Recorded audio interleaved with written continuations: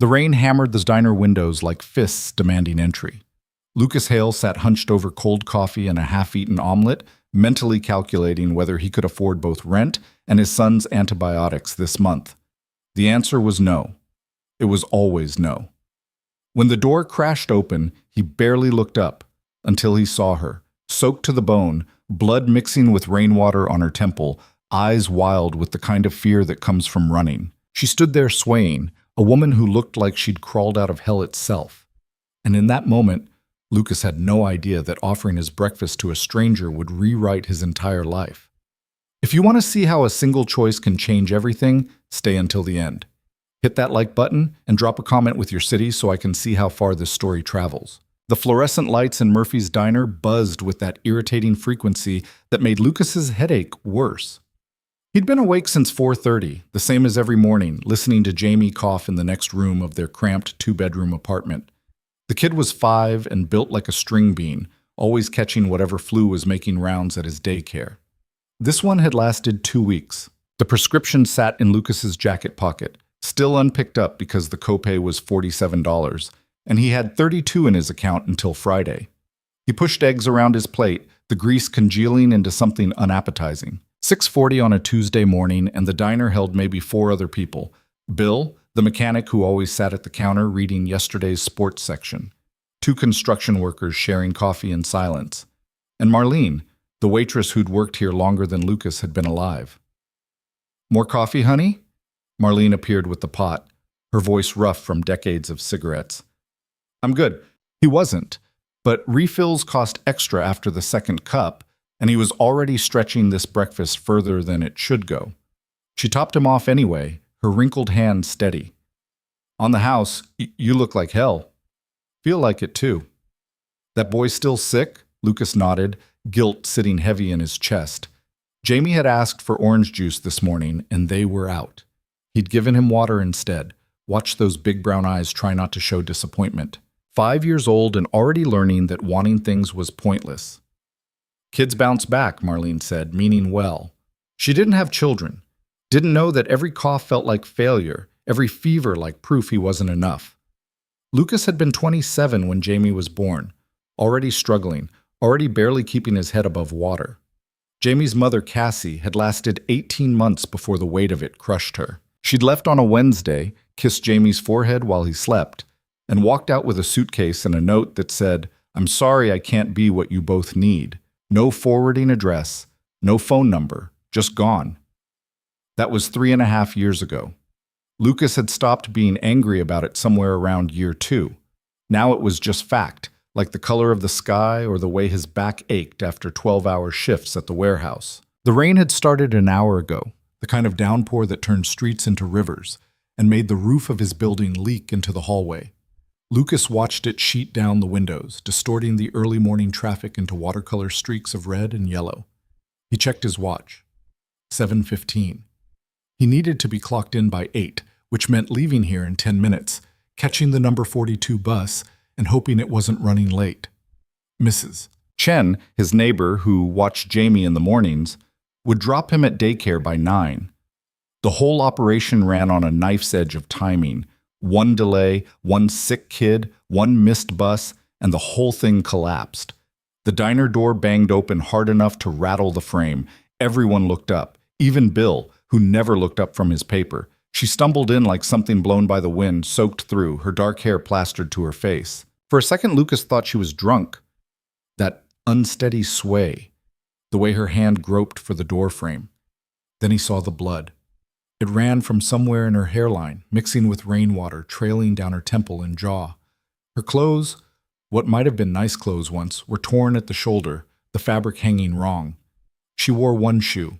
The other foot was bare, dirty, bleeding from the heel. She stood there in the doorway, breathing hard, eyes scanning the diner with something close to panic. Those eyes landed on each of them in turn. Bill looked away. The construction workers studied their coffee. Marlene had already moved toward the phone, probably to call the police. The woman's gaze found Lucas and held. He didn't look away. She took a step forward and her knee buckled. Lucas was moving before he thought about it, catching her elbow before she went down. She flinched at the contact, hard, like he'd hit her instead of steadied her. Easy, he said. I got you. Up close she looked worse. Mid-30s maybe, though it was hard to tell through the dirt and fear. Expensive earrings still in her ears, small diamonds that caught the light, a watch on her wrist that probably cost more than his car, what was left of it. And that look in her eyes, the one he recognized from the mirror on his worst days, the look of someone barely holding together. You need an ambulance? He asked quietly. She shook her head, frantic. No, no police, no hospital, please. Her voice was hoarse, like she'd been screaming, or crying, or both. Okay, Lucas said, though every instinct said this was the kind of situation where you called somebody. Okay, you want to sit down? He guided her to his booth, the one in the back corner where he'd been trying to make one meal last an hour.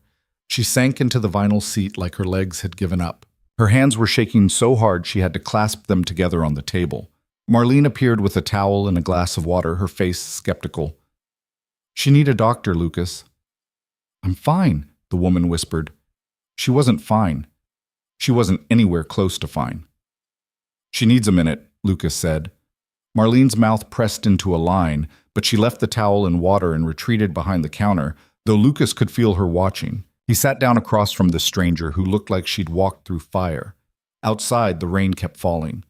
Inside, the fluorescent lights buzzed and hummed, and the smell of burnt coffee filled the air. You running from someone? Lucas asked. She looked at him, really looked, trying to decide something. Then she nodded, barely. They still chasing you? I don't know. Her voice cracked. I don't know where I am. You're at Murphy's Diner, Bridgewater Street, East Side. He watched her process this, saw the information mean nothing. You from around here? She shook her head. You got somewhere to go? Another head shake. She reached for the water with trembling hands, managed to get it to her lips, drank like she hadn't had water in days. Lucas glanced at his watch. 7:20. He needed to leave in 5 minutes or he'd miss the bus. Miss the bus? Miss his shift. Miss his shift. Lose the job. Lose the job. Lose everything. He pushed his plate across the table. She stared at it. When's the last time you ate? He asked. I don't. She stopped, like she genuinely didn't know. I can't pay you. Didn't ask you to. I can't take your food. You can. I already ate. Lie. His stomach growled to prove it, but he kept his face neutral. Go ahead. She looked at the eggs and toast like they might disappear if she blinked. Then, with the careful movements of someone who'd learned not to trust good things, she picked up the fork. Lucas watched her eat. Not in a weird way, just noticing how she tried to pace herself, tried not to look desperate, failed at both. When was the last time someone had run like this? Run so hard they lost a shoe, so far they didn't know what city they were in. You got a name? He asked. She hesitated, chewing, then swallowed. Victoria. I'm Lucas. He extended his hand across the table, a normal gesture in an extremely abnormal situation. She looked at his hand like it was a foreign object. Then slowly, she shook it. Her palm was cold and cut up, probably from falling.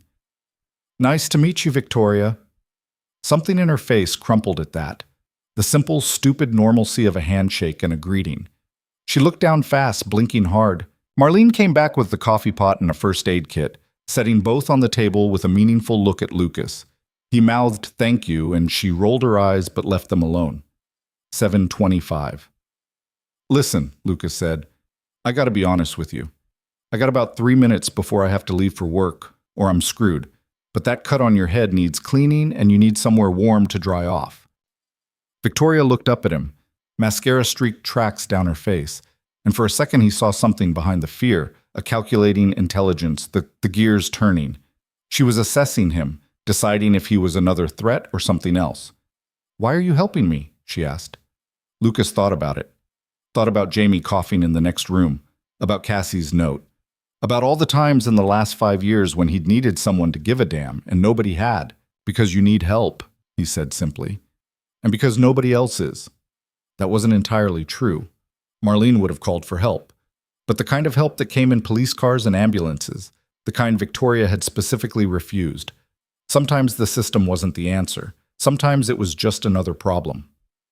Victoria's eyes welled up. She looked away, jaw tight, fighting it. Lucas opened the first aid kit and pulled out antiseptic wipes. "Can I?" He gestured to her head. She nodded. He stood and moved to her side of the booth, kneeling so he could reach the cut properly. It wasn't as bad as all the blood made it look. Scalp wounds bled like hell, but it needed attention. He cleaned it as gently as he could, feeling her flinch with each touch. "Sorry," he murmured.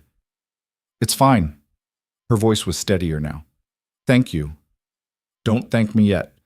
He applied a butterfly bandage, probably not as well as a real medical professional would have, but it'd hold. "There. Not pretty, but it'll keep." When he sat back down, she was looking at him differently. Less afraid, more confused. "You're going to be late," she said. "Yeah." He checked his watch, 7:28. The bus would come at 7:35. If he ran, he might make it. But running meant leaving her here, wet and scared and alone with nowhere to go. Lucas had spent 5 years making impossible choices, picking between bad and worse, learning to live with the guilt of never having enough. Enough money, enough time, enough of himself to give Jamie everything he deserved. This felt like another one of those choices, except it wasn't his kid on the line this time. It was a stranger. But she'd looked at him like he was human when she walked in, like he might be the kind of person who helped instead of hurt. And hell if he was going to prove her wrong. "Screw it," he said. He pulled out his phone, the screen cracked from when Jamie had dropped it last month, and called his supervisor. Tom picked up on the third ring. "This better be good, Hale." "Hey, Tom, I can't make it in today. Family emergency." Silence. Then, "You serious?" "Yeah." "You know we're already short today. Martinez called in." "I know. I'm sorry. It can't be helped." More silence. Lucas could practically hear Tom doing the math, weighing how replaceable Lucas was against how much of a pain it would be to cover his shift. "This is the third time in 2 months," Tom said finally. "Second," Lucas corrected, "and the first was when my kid had to go to the ER." "Right, well," paper shuffling.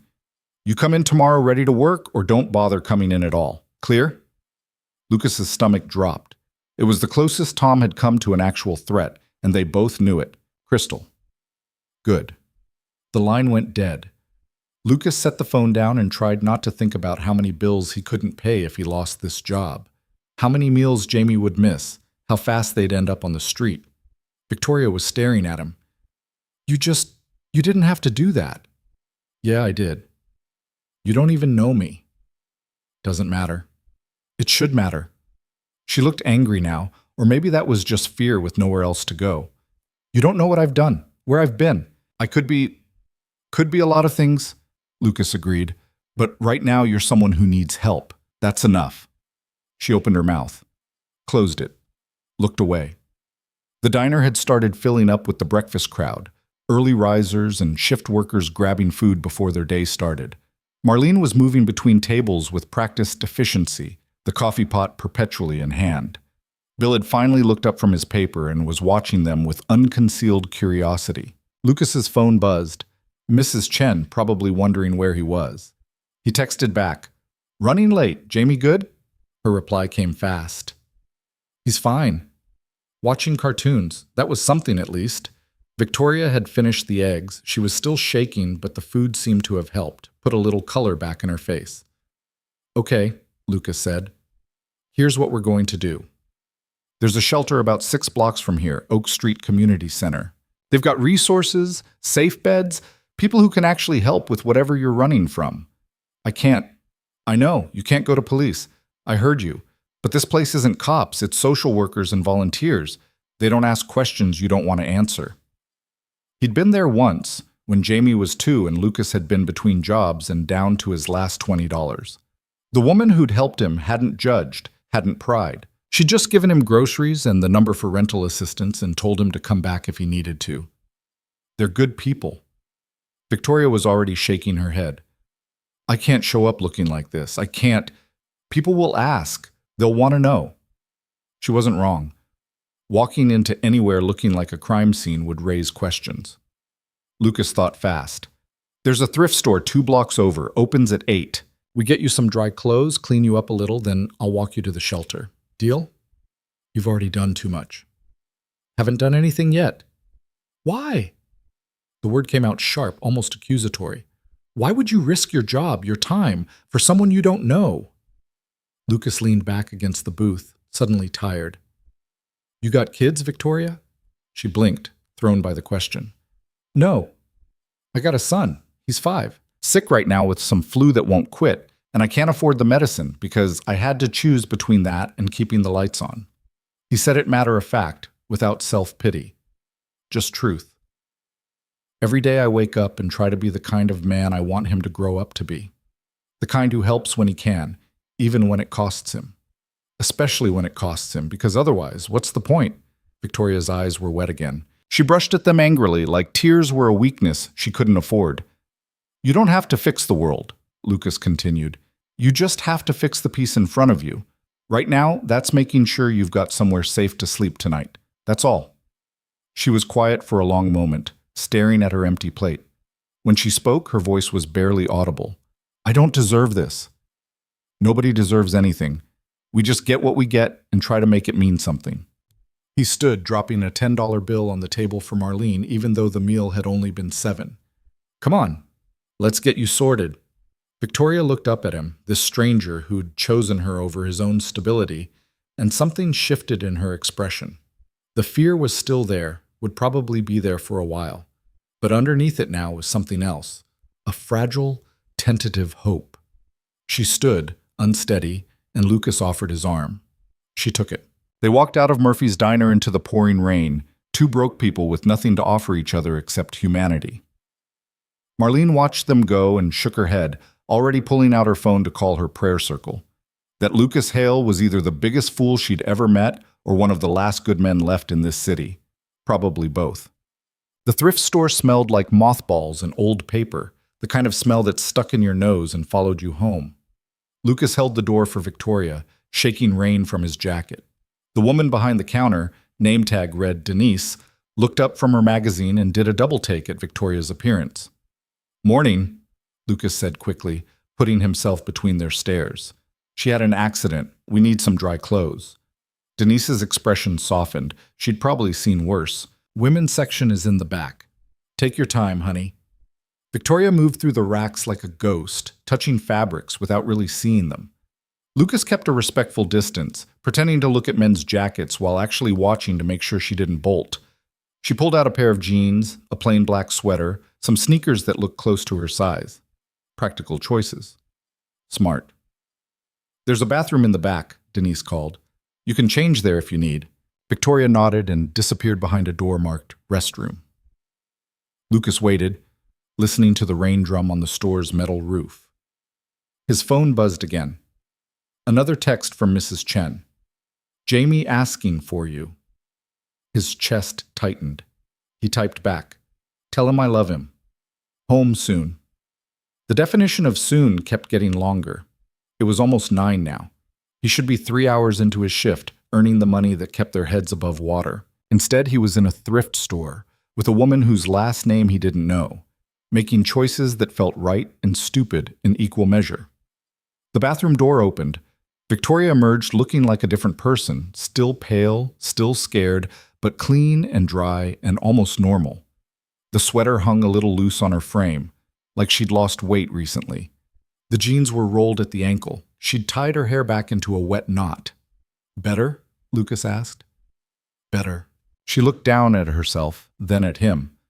How much? Don't worry about it. I can't let you... Victoria.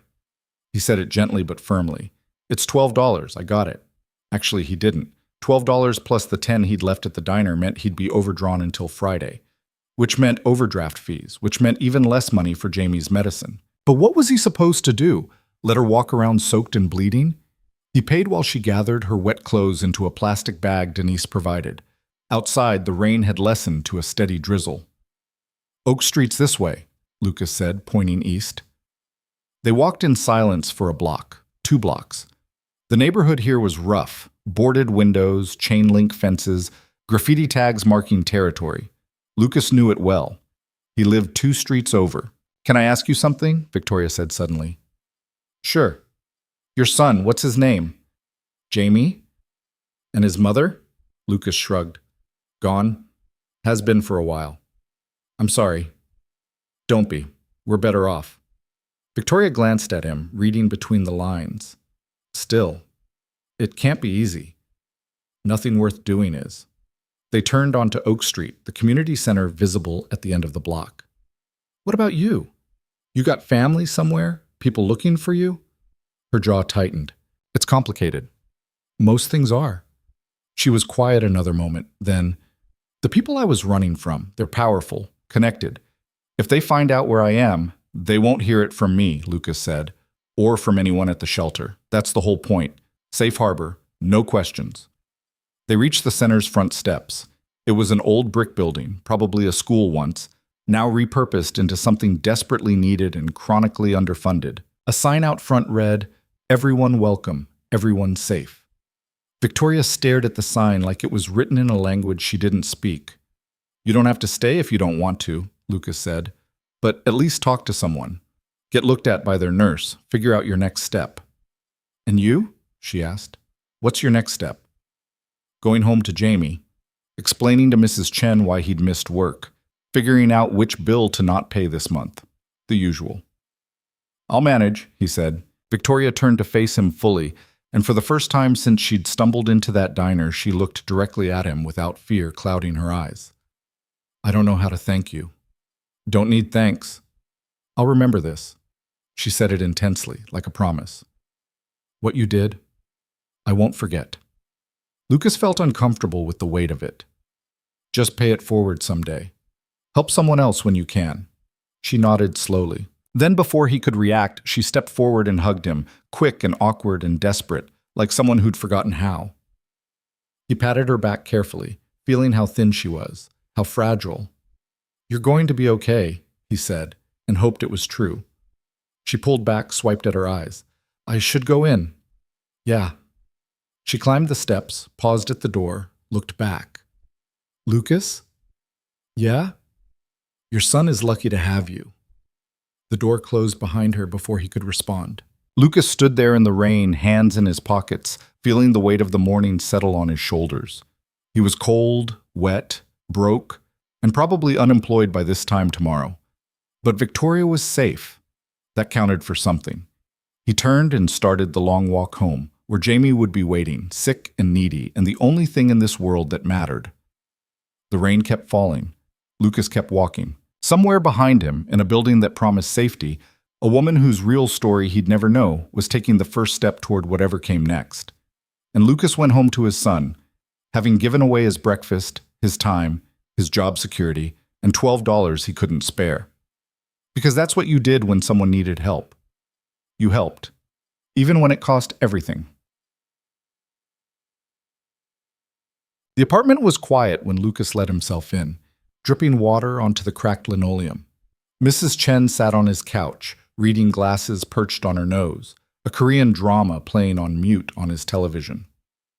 You're back, she said, looking up. Jamie's sleeping. Fever broke about an hour ago. Relief flooded through him. Thank God. Gave him the children's Tylenol from my place. Hope that's okay. More than okay, thank you. He peeled off his wet jacket, hung it over a chair. I'm sorry I took so long. Mrs. Chen waved him off. Family emergency, you said. Everything okay? Yeah, it's handled. She studied him with the knowing eyes of someone who'd raised 4 kids and buried a husband and learned to read people like books. You're a good man, Lucas Hale. Too good, maybe. No such thing. She gathered her things, knitting, remote, reading glasses. He asked for orange juice again, told him you'd get some later. Another thing he couldn't afford, another small failure in a long line of them. I will, Lucas said. After she left, he checked on Jamie. The kid was sprawled across his twin bed, covers kicked off, breathing easy for the first time in days. Lucas pulled the blanket back up, smoothed hair off his forehead. Jamie stirred but didn't wake. 5 years old, getting bigger every day. Growing out of his shoes, his clothes, his need for his father's constant presence. Someday he'd be grown, living his own life, and Lucas would look back on these days, these hard, broke, exhausting days, and miss them. But not yet. Not today. Today he was just tired. Lucas went to the kitchen, heated up ramen because it was cheap and filling, and sat at their small table eating in silence. His phone sat next to him. No new messages. Tom hadn't called to officially fire him, but the threat hung in the air like humidity before a storm. Tomorrow he'd go in early, work twice as hard, prove he was worth keeping. He'd done it before. He could do it again. His phone did buzz eventually, but it wasn't Tom. It was his bank, a notification that he was overdrawn. $17 in overdraft fees on top of the negative balance. Lucas set down his fork and put his head in his hands. This was life. This was always life. Juggling, scrambling, borrowing from tomorrow to pay for today. Never enough, never quite making it. But he'd helped someone this morning. Victoria, whoever she really was, whatever she was really running from, she'd been alone and scared, and he'd made it better. That had to mean something. It had to. In his room, Jamie coughed once, then settled back into sleep. Lucas finished his ramen, washed the bowl, and sat in the growing darkness of his apartment, listening to rain and thinking about kindness and cost, and whether doing the right thing was supposed to hurt this much. He didn't have an answer. Outside, the city kept moving, indifferent to one man's struggle. Tomorrow would come whether Lucas was ready or not. Bills would be due. Jamie would need things. Work would demand his time. And somewhere across town, in a shelter he'd probably never see again, Victoria was maybe, hopefully, starting to feel safe. It would have to be enough. Lucas closed his eyes and tried to believe it. 3 weeks crawled by like wounded animals. Lucas kept his job by the skin of his teeth, and Tom's grudging acknowledgement that nobody else wanted to work the loading dock in November when the temperature dropped and the wind cut through the warehouse like knives. Jamie's fever broke and came back twice before finally staying gone, leaving Lucas another $200 in the hole from a second doctor's visit and another round of antibiotics that insurance only half covered. He stopped buying coffee at Murphy's, started making it at home in the ancient pot that only worked if you hit it at the right angle. Stopped eating lunch most days, told himself he wasn't hungry when his stomach cramped. Started picking up extra shifts on weekends, which meant Mrs. Chen watched Jamie more, which meant he owed her more favors he couldn't repay except with gratitude and the occasional grocery run. The overdraft fees had cascaded into more overdraft fees until Lucas finally just stopped checking his bank account. What was the point? The numbers only went one direction. He thought about Victoria sometimes, usually late at night when Jamie was asleep and the apartment was quiet except for the radiator's hiss and clank. Wondered if she'd stayed at the shelter or moved on, if she was safe, if she ever thought about the guy who'd bought her breakfast. Probably not. People moved through each other's lives and left footprints that faded. That was normal. That was fine. He was loading pallets on a Friday afternoon, his back screaming and his hands numb from the cold, when Tom appeared at the warehouse entrance with 2 men in suits. Lucas's first thought was immigration, even though he was born in Pittsburgh and had never left the country. His second thought was police, even though he hadn't done anything wrong. Guys in suits showing up at warehouses rarely meant good news. Tom was walking toward him with an expression Lucas couldn't read, somewhere between confused and annoyed and maybe a little scared. "Hail!" Tom called. "Got visitors." Lucas set down the box he'd been carrying, pulled off his work gloves. Up close, the suits looked expensive. The taller one was maybe 50, silver hair, the kind of posture that came from private schools and country clubs. The shorter one was younger, 30s, with a leather portfolio tucked under his arm, and the intense focus of someone paid to notice everything. "Lucas Hale?" the older one asked. "Yeah." "My name is Richard Ashford. I'm an attorney with Ashford and Associates." He extended a hand.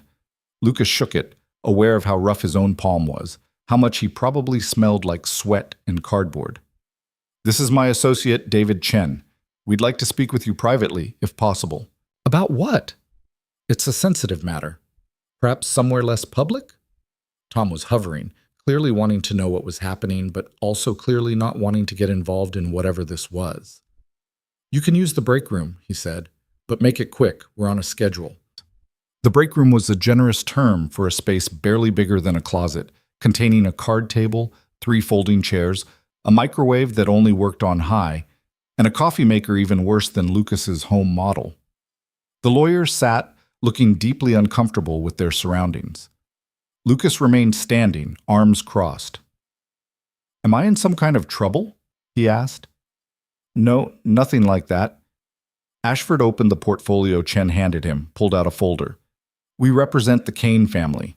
Does that name mean anything to you? Lucas thought about it, came up empty. Should it? Perhaps not. Do you recall, approximately 3 weeks ago, helping a woman at Murphy's Diner? You took her to Oak Street Community Center. Lucas's stomach dropped. Victoria. Yes, Victoria Kane. Ashford was watching him carefully, reading his reaction. She's a client of ours. More accurately, her family employs our firm for various legal matters. Is she okay? She is. Thanks in large part to you, Mr. Hale.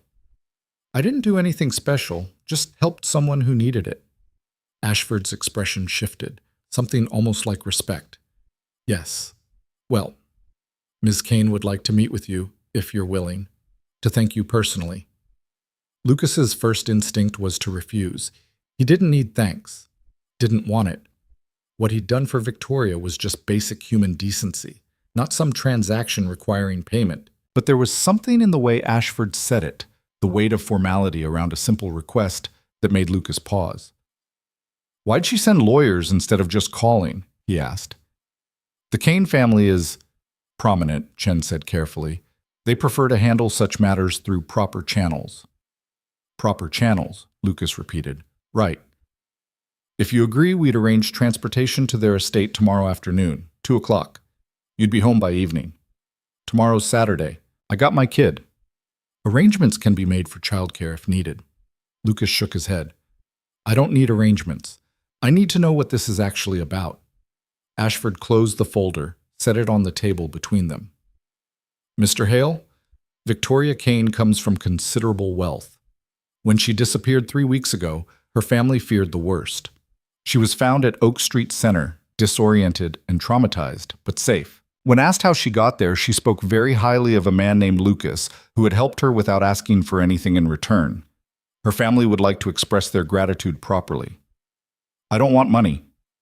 That's not what this is. Then what is it? A conversation, Ashford said simply. One meeting. If after that you wish to return to your life and never hear from the Kane family again, that will be respected. But Victoria specifically asked to see you. She said you deserved to know that she's all right. That got him. The idea that Victoria was worried he might be worried, that she'd thought about him at all in the weeks since. 2 o'clock tomorrow, Lucas said. Where? Ashford handed him a business card with an address embossed in gold. A car will pick you up at your residence. 1:30 sharp. I can drive myself. The estate is gated and security is strict. The car will ensure you're cleared for entry. Estate, gated, security. Every word reinforced that Victoria's world and Lucas's world existed on different planets. Fine, Lucas said. But I'm bringing my kid. Non-negotiable. Ashford and Chen exchanged a glance. Then Ashford nodded. That's acceptable. We'll have appropriate accommodations. They stood, shook hands again, and left. Lucas stood in the break room alone, turning the business card over in his fingers. The address meant nothing to him, but the weight of the cardstock, the quality of the print, this was money, real money. What the hell had he stumbled into? Tom stuck his head in. Everything okay? Yeah, fine. The cops? Lawyers. Worse. Tom grinned, but it didn't reach his eyes. You need time off tomorrow? Just leaving an hour early today. Pick up my kid from daycare. You got it, but you're working Sunday to make up for it. Deal. Lucas grabbed his coat and clocked out, his mind already racing ahead to tomorrow, to what he'd tell Jamie, to what any of this meant. He caught the bus home in a daze, barely noticing the cold or the crowds or the woman next to him talking loudly on her phone about her boyfriend's gambling problem. Mrs. Chen met him at the door of his apartment, Jamie already in his jacket and shoes. You're early, she said, surprised. Yeah, something came up.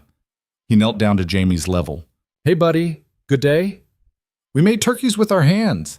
Jamie held up a construction paper turkey, his handprint forming the feathers. See? That's amazing. Best turkey I've ever seen. Ms. Sarah said we're going to have a feast next week for Thanksgiving. Thanksgiving. Lucas had completely forgotten. Another thing to figure out, another meal to somehow provide when the pantry was already bare. Sounds great, Lucas said, standing. He looked at Mrs. Chen. You have plans tomorrow afternoon, around 1? I'm free. You need me to watch him? Actually, the opposite. I need you to not watch him. We're both going somewhere. Her eyebrows rose. Somewhere nice? I think so. Maybe. I don't really know. She smiled. Mysterious. I like it. After she left, Lucas heated up mac and cheese from a box while Jamie chattered about his day, about the kid who'd thrown up during circle time, about the new hamster in the classroom named Mr. Whiskers. Normal kid stuff. Safe stuff. The kind of day Lucas had spent 5 years trying to give him. Dad? Jamie asked around a mouthful of pasta. Yeah? Are we poor? Lucas's hand froze halfway to his own mouth. He set down his fork carefully. Why do you ask that? Jamie shrugged, suddenly fascinated by his bowl. Carson said his mom said we're poor. That's why I wear the same shoes even though they got holes.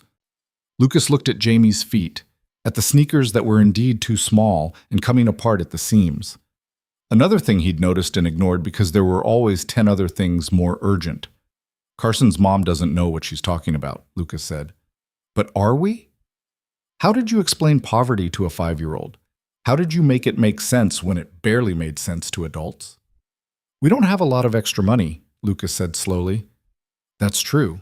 But we've got food, a place to live, each other. That's more than some people have. Carson has a PlayStation. I bet he does. And a bike. Yep. And he goes to Disney World every year. Lucas took a breath. Jamie, look at me. Jamie did. Those big brown eyes that were all Cassie. The rest of him pure Lucas. Stubborn chin, messy hair that never laid flat. The way he chewed his bottom lip when he was thinking. Some people have more money than us, Lucas said. Some people have less. But money doesn't make you better or worse than anybody else. What matters is how you treat people. You understand? I guess. You're a good kid. Smart, kind, funny. That's worth more than all the PlayStations in the world. Jamie considered this, then nodded.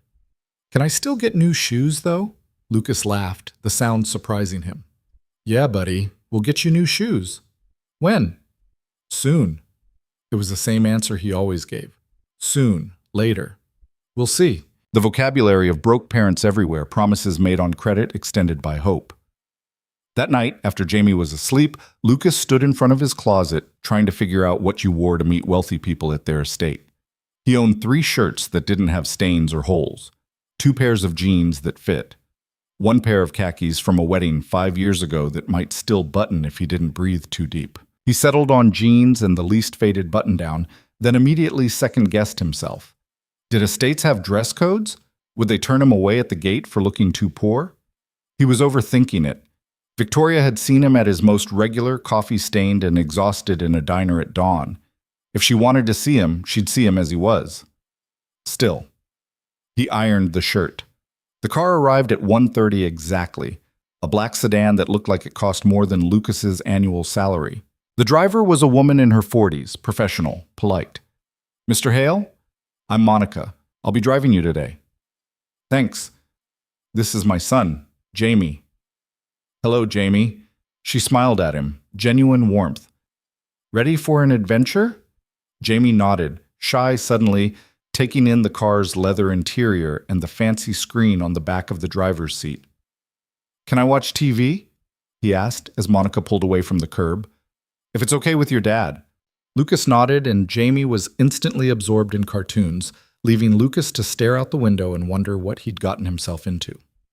They drove out of the city, through suburbs that got progressively nicer, bigger houses, actual yards, trees that weren't struggling to survive in 3 feet of dirt. Then past the suburbs into honest-to-God countryside, rolling hills and horse farms, and the kind of space Lucas had only seen in movies. First time out this way? Monica asked, catching his eye in the rearview mirror. Yeah, didn't know places like this existed outside the city. Different world, she agreed. The Canes have owned this land for 3 generations, 500 acres, give or take. 500 acres. Lucas's entire apartment could fit in a closet, and these people owned 500 acres. They turned onto a private road, stopped at a gate where Monica spoke into an intercom. The gate swung open and they drove another mile through manicured grounds before the house came into view. Except calling it a house was like calling the ocean a puddle. It was a mansion, 3 stories of stone and glass and architectural ambition, the kind of place that had a name instead of an address. Gardens sprawled in every direction, still green somehow despite the November chill. A fountain bubbled in the circular drive where Monica parked. "Holy crap," Lucas muttered. "Language," Jamie said automatically, but his eyes were huge. "You said it, kid." Monica opened their door. "Mr. Ashford will meet you at the entrance. Take your time." Lucas climbed out, Jamie's hand immediately finding his. Together they approached the massive front door, which opened before they could knock. Ashford stood there, somehow looking even more formal than he had in the warehouse. "Mr. Hale, welcome, and this must be Jamie." "Hi," Jamie whispered. "Come in, please. The family is gathered in the west sitting room." The family. Plural. Lucas had assumed it would just be Victoria, maybe her parents. But as Ashford led them through a foyer that could have held Lucas's entire apartment building, down a hallway lined with oil paintings and sculptures, Lucas realized this was bigger than he'd thought. The sitting room was the size of a basketball court, all floor-to-ceiling windows and tasteful furniture arranged in conversation clusters. And there, near the fireplace, stood Victoria. She looked different, healthy. Her hair was styled, her clothes clearly expensive, her posture confident. But when she saw Lucas, her whole face changed, something genuine breaking through the polished exterior. "Lucas," she said, and crossed the room in 4 quick strides. He didn't know if he should shake her hand or nod or what, but she made the decision for him by pulling him into a hug, brief but real. "You came," she said. "You asked." She pulled back, looked down at Jamie. "And you brought your son. Hope that's okay." "More than okay." She knelt to Jamie's level. "Hi, I'm Victoria. Your dad is a very special person." Jamie looked at Lucas for confirmation. Lucas nodded. Jamie turned back to Victoria. "He's just my dad." Victoria laughed, and the sound was lighter than Lucas remembered. "Fair enough." "Victoria." An older woman approached, late 50s, elegant in that way money bought and maintained. "Introduce us." "Of course. Lucas, this is my mother, Margaret Kane. Mother, this is Lucas Hale and his son Jamie." Margaret's handshake was firm, assessing. "Mr. Hale, I understand we owe you a considerable debt of gratitude." "You don't owe me anything, ma'am." "I disagree, but we'll come back to that." She gestured to a man by the window, tall and graying and radiating authority. "My husband, Robert, Victoria's father." Robert crossed the room with measured steps, taking Lucas's measure with sharp eyes. "Mr. Hale, my daughter tells me you saved her life." "I gave her breakfast and a ride," Lucas corrected. "That's not saving a life." "That's exactly what it is," Victoria said quietly. There were others. Victoria's older brother, Thomas, who had their father's bearing and their mother's sharp gaze. His wife, Eleanor, who seemed kind but distant. And an older gentleman introduced as Alexander Kane, Victoria's grandfather, who sat in a high-backed chair like a king on a throne. It was overwhelming. Too many people, too much wealth, too much attention focused on Lucas like he'd done something extraordinary instead of just being a halfway decent human. "Jamie," Eleanor said, "would you like to see the game room? We have quite a collection." Jamie looked up at Lucas, uncertain. "It's okay, buddy. I'll be right here." Eleanor led Jamie away, leaving Lucas alone with the Kane family. He suddenly felt very aware of his secondhand shirt, his worn jeans, the fact that he didn't belong in this room or this world. "Please sit," Margaret said, gesturing to a sofa that probably cost more than Lucas's car. He sat. They arranged themselves around him like a tribunal. "Victoria has told us what happened," Robert said, "or what she remembers of it. We'd like to hear your perspective, if you don't mind." Lucas glanced at Victoria. She nodded encouragingly. So he told them. The rain, the diner, how she'd looked when she walked in, how nobody else had helped. The thrift store, the shelter, the fact that he'd almost been late to work and might have lost his job except he'd called in sick. "You sacrificed your employment for a stranger," Alexander said. His voice was rough with age but commanding. "Why?" "She needed help." Many people need help. Most of us walk past them every day. Yeah, well, Lucas shrugged. I don't like being one of those people. Even when it costs you? Especially then. Alexander studied him, then nodded slowly. You have character, Mr. Hale. That's rare. I just did what anyone should have done. But didn't, Victoria interjected. I was in that diner for minutes before you helped. Everyone else looked away. Lucas didn't know what to say to that, so he said nothing. We'd like to do something for you, Margaret said. As thanks. That's not necessary. Nevertheless. Really, I'm fine. I don't need… Mr. Hale. Robert's voice cut through Lucas's protests. You helped our daughter when she was at her most vulnerable. When men we paid, men we trusted, had failed her. You asked for nothing and expected nothing. That kind of integrity deserves recognition. What happened to her? Lucas asked. If you don't mind me asking, she said she was running from someone. The room went quiet. Victoria's expression shuddered. That's a private family matter, Thomas said stiffly. Thomas? Victoria said sharply. Then to Lucas, I was in a bad situation. Someone I trusted betrayed that trust in a terrible way. I ran. I ended up in your city by accident. No plan, no resources. If you hadn't helped me, she trailed off. But I did. So we don't have to play the what-if game. Still, she leaned forward. You deserve to know I'm okay. That what you did mattered. I'm glad you're okay, Lucas said honestly. That's enough for me. It's not enough for us, Margaret said. We've prepared an offer. Please hear us out before you refuse. Ashford materialized with the portfolio again, extracting papers. He handed them to Robert, who set them on the coffee table in front of Lucas. We'd like to establish a trust fund for your son's education, Robert said. Full ride to any university he chooses, plus living expenses. It's the least we can do. Lucas stared at the papers. Numbers swam in front of his eyes, dollar amounts with so many zeros they didn't look real. I can't accept this, he said. Why not? Because it's too much. Because Jamie's 5 years old and doesn't need university money right now. Because… He stopped, trying to organize thoughts that were spinning out of control. Because you're proud, Alexander said. It wasn't a question. Maybe. Pride is well and good, Mr. Hale, but false pride is foolishness. Your son deserves opportunities. This gives him those opportunities. I can provide for my son. Can you? Thomas asked. Not unkindly, just factually. You work a warehouse job. Single parent. You called in sick to help my sister and nearly lost your employment. Those are not the circumstances of a man who can afford university tuition. Lucas's jaw tightened. You don't know anything about my circumstances. Actually, we do. Ashford again, pulling out another folder. We did our due diligence. You're 32, raised Jamie alone since he was 18 months old, worked 60-hour weeks at Dalton Warehouse earning $16.50 an hour. You're currently overdrawn at your bank, 3 months behind on utilities, and your car failed inspection last month, but you can't afford the repairs, so you've been taking the bus.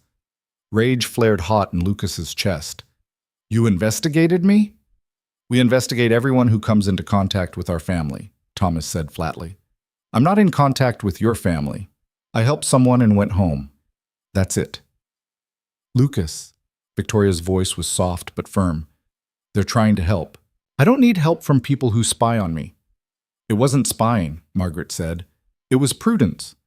We needed to know who you were. You could have just asked. And you would have told us the truth? That you're struggling to keep your head above water? That you gave my daughter your only meal when you couldn't afford to miss it? Lucas stood abruptly. Where's my son? Mr. Hale, please.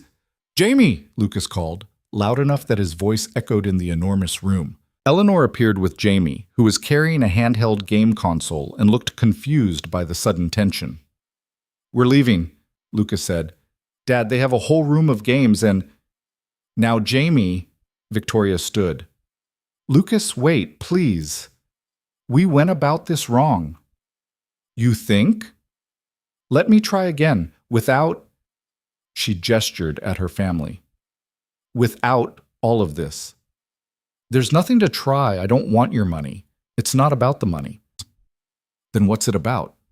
She stepped closer, lowering her voice so only he could hear. It's about the fact that you saw me at my absolute worst and you didn't flinch. You didn't judge. You didn't ask what I could give you in return. You just helped because it was right.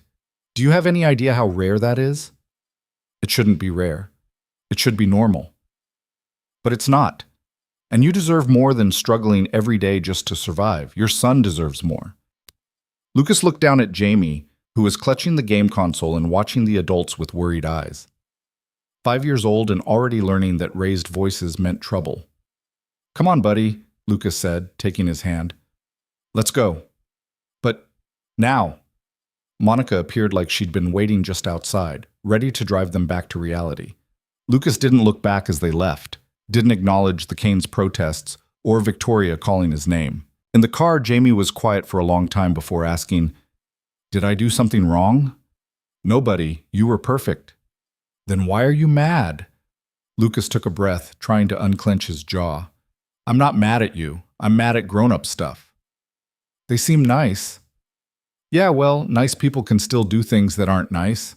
Jamie accepted this with a child's logic and went back to his cartoons. Lucas stared out the window at the countryside rolling past, at the wealth and space and possibility that existed for people like the Kanes, but not for people like him. They'd investigated him, dug through his life like he was a suspect instead of someone who'd just tried to help. And then they'd offered him money like that would fix everything, like his pride and his dignity were for sale. Except they weren't wrong about Jamie deserving more, about the struggle being real and constant and exhausting. Except a college fund would mean Jamie wouldn't end up like Lucas, scraping by, choosing between medicine and rent.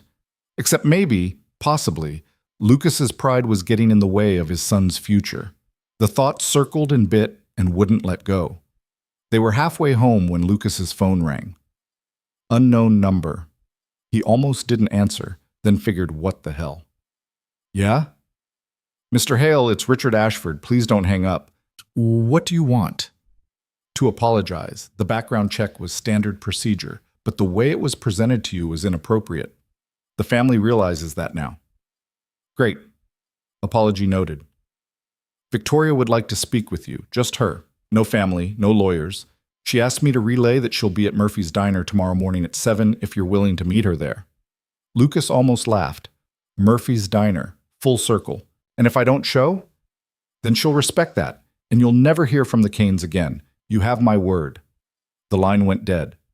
Jamie looked up from his cartoons. "Who was that?" "Nobody important," Lucas lied. But as Monica drove them back to their small apartment in their small life, Lucas knew he'd be at that diner tomorrow morning, because Victoria had asked, and because despite everything, he wanted to hear what she had to say when her family wasn't watching. Lucas didn't sleep much that night. He lay in bed staring at the water stain on his ceiling, the one shaped like a dog if you squinted, thinking about pride and pragmatism and what he owed Jamie versus what he owed himself. Around 3 in the morning, he gave up, made coffee, and sat at the kitchen table doing math that didn't add up, no matter how many times he ran the numbers. Jamie's shoes were $40 at the discount store. The prescription Lucas still hadn't filled was $47. The electric bill was $132, and if he didn't pay it by Friday, they'd shut it off, which meant no heat, no lights, no way to keep food cold. His car needed $600 in repairs to pass inspection, and without it, he'd keep taking the bus, which added an hour to each commute, which meant less time with Jamie, which meant more money to Mrs. Chen, which meant less money for everything else. The college fund the Kanes offered would have solved none of those immediate problems, but it would have solved the biggest one, the one that kept Lucas awake most nights. The certainty that Jamie would end up just like him, trapped in the same cycle of working too hard for too little, forever one emergency away from disaster. Except accepting it meant admitting he couldn't do it alone, meant proving Thomas Kane right, that Lucas couldn't provide for his son, meant taking charity from people who'd investigated him like a criminal. His phone buzzed. 5:30. Mrs. Chen, probably wondering if he needed her today since it was Sunday, and he usually kept Jamie home. The text read, "You look like hell. I can hear you thinking through the wall. Whatever it is, go talk it out. I'll watch the boy." Lucas smiled despite himself. The apartment walls were thin enough that he could hear Mrs. Chen's Korean dramas, so she could definitely hear him pacing. He texted back, "How'd you know I need to go somewhere? Because you've been up all night, and that only happens when you're wrestling with something bigger than bills. Go. Jamie and I will make pancakes." By 6:30, Lucas was showered, dressed in the same shirt from yesterday because it was still the least faded one he owned, and standing outside Mrs. Chen's door. She opened it in her bathrobe, glasses already on, a book in hand. "He's still asleep." "I know. I just wanted to say thanks." "You can thank me by figuring out whatever's eating you and coming back lighter." She studied his face. "This about that fancy car yesterday?" "Yeah." "They offer you money?" "Something like that." "And you said no." "I walked out, actually." Mrs. Chen made a noise that was half laugh, half sigh. "Of course you did. You're as stubborn as my late husband, and he once refused a promotion because he didn't like the boss's tie." "I'm not stubborn. I just don't like people digging through my life without permission." "Hmm. And now you're going to meet with them anyway?" "Just one of them, the woman I helped. The one who has you questioning everything you thought you knew about accepting help." It wasn't a question. Lucas didn't have an answer for that, so he just kissed her cheek and headed out into the cold November morning. Murphy's diner looked exactly the same as it had 3 weeks ago. Same buzzing lights, same smell of burnt coffee and grease. Same bell that jangled when Lucas walked in. But it felt different now, loaded with the weight of what had happened here and what might happen next. Victoria was already there, sitting in the same booth where Lucas had given her his breakfast. She wore jeans and a sweater, her hair pulled back, no jewelry except small studs in her ears. Trying to blend in, Lucas realized, trying to look normal. She saw him and stood, uncertain. "You came. You asked." "I wasn't sure you would. After yesterday." Lucas slid into the booth across from her. "I wasn't sure either." Marlene appeared with coffee, giving Victoria a long look before pouring 2 cups. "Eggs and toast?" she asked Lucas. "Just coffee." "You need to eat." "I'm fine, Marlene." She humphed but left them alone. Victoria wrapped both hands around her mug like she needed the warmth. "I'm sorry," she said. "About my family. About the background check. About all of it. They were protecting you. I get it. That doesn't make it right." She met his eyes. "You helped me when I was nobody. Just a scared woman with nowhere to go. You didn't ask my name, my story, what I could offer you. You just helped. And then my family treated you like a security risk instead of the person who saved my daughter's life." "I'm not anybody's daughter," Lucas started, then caught himself. "Wait, daughter?" Victoria's face went carefully blank. "I misspoke." "No, you didn't. Your mother, Margaret. You said my daughter's life. Who's your daughter?" She was quiet for a long moment, then seemed to come to a decision. "Her name is Sophie. She's 7. She lives with my parents because I'm not fit to have custody right now." Lucas processed this. "The situation you were running from." "Yes. Her father? My ex-husband. Technically still my husband, though the divorce should be final soon." Victoria's hands tightened on the mug. "He's not a good man, Lucas. I didn't realize how not good until it was too late. By the time I understood what he was, I was trapped. And when I tried to leave, he made sure everyone thought I was the problem. Unstable, unfit. He has lawyers, connections, money. I had nothing." "But your family has money." "They do. But Damien, my husband, he's very good at what he does. He works in finance, manages investments for some very powerful people, including people my family does business with. So when I went to my parents for help, they were caught between protecting me and protecting their business relationships." She laughed, bitter. "Family first, except when it's complicated, right? That's why you ran." "I went to a charity gala with him 3 weeks ago. It was supposed to be this perfect public appearance, show everyone we were fine, that the rumors about our marriage were just rumors, but at the end of the night, in the car..." She stopped, swallowed hard. "He told me if I didn't drop the divorce, he'd make sure I never saw Sophie again. That he had enough evidence of my instability to have me declared unfit permanently. And the way he said it, I knew he meant it. So I ran. Stupid, impulsive, but I ran." "How'd you end up here?" "I got out of the car at a red light, just opened the door and ran. I didn't have my phone, my purse, anything. I just ran until I couldn't anymore. Caught a bus with change someone gave me, got off at a random stop, walked until I found your diner. She looked around the shabby space like it was sacred. And then you were there. Lucas drank his coffee, letting her story settle. Your daughter, Sophie. You've seen her since? Twice. Supervised visits at my parents' estate. She asked where I'd been. I didn't know how to explain that Mommy had to run away from Daddy and ended up lost in a city where a stranger was kinder to her than her own family had been. Victoria's voice cracked. She's 7, and she thinks I abandoned her. But you didn't. Didn't I? I ran instead of fighting. I let fear win. You survived, Lucas said. That's not nothing. Is it enough? It's a start. They sat in silence for a moment, the diner filling up around them with the Sunday morning crowd. Marlene brought toast anyway, set it between them with a look that said, eat or else. Victoria picked at a corner of it. The background check, she said finally. I didn't know they were going to do that. I didn't ask them to. When they showed me the file yesterday before you arrived, I was horrified. But you didn't stop them from showing it to me. No. And that was wrong. Well, why'd they even do it? What were they looking for? Victoria met his eyes. They wanted to make sure you weren't working with Damien, that you hadn't been planted in that diner to gain my trust. Lucas almost laughed. That's paranoid. That's my life now. Everything is strategy. Everyone has an agenda. Trust is currency, and I'm bankrupt. She pushed the toast away. Except you. You didn't have an agenda.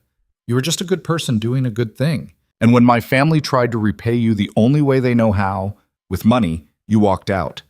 Do you know how long it's been since someone said no to my family? I didn't say no to insult them. I know. You said no because you have integrity, because you don't want to owe anyone anything, because you'd rather struggle than compromise. She leaned forward. But Lucas, what if it's not about you? What if it's about Jamie? There it was. The argument he'd been having with himself all night. Don't, he said. Don't what? Don't use my kid to manipulate me into taking your money. I'm not manipulating you. I'm asking you to think about what's best for him instead of what makes you feel better about yourself. The words landed like a slap. Lucas set down his coffee carefully, keeping his voice level. You don't get to tell me what's best for my son. You're right. I don't. But I know what it's like to have a parent who puts pride before practicality. My father built an empire on the principle of never backing down, never compromising, never showing weakness. And you know what that got me? A mother who stayed silent when I needed her to speak up. A brother who values the family name more than his sister's safety. A daughter who barely knows me because I inherited that same stubborn pride and it nearly destroyed me. That's not the same thing. Isn't it? You're choosing to struggle because accepting help feels like failure. I chose to stay in a bad marriage because leaving felt like admitting I'd made a mistake. Different specifics, same core problem. We'd rather hurt than bend. Lucas wanted to argue, but the truth of it sat heavy in his chest. How many times had he refused help from Mrs. Chen from the food bank, from the social worker at Jamie's school who'd offered assistance programs? How many times had he told himself it was about dignity when really it was about fear, fear that accepting help meant he wasn't enough, wasn't good enough, would never be good enough? I don't know how to be any other way, he said quietly. Neither did I. And then I was sitting in this booth, eating your breakfast, wearing thrift store clothes, and realizing that the lowest point of my life was also the first time in years someone had treated me like I mattered more than my last name. Victoria reached across the table, stopped just short of touching his hand. You gave me hope when I had none. Let me return the favor. The college fund. Among other things, if you're willing to hear me out, Lucas should have said no, should have stood up, walked out, kept his pride intact and his life small and manageable. But he thought about Jamie asking for new shoes, about the electric bill, about the future stretching ahead full of the same struggles on repeat until his son was old enough to inherit them.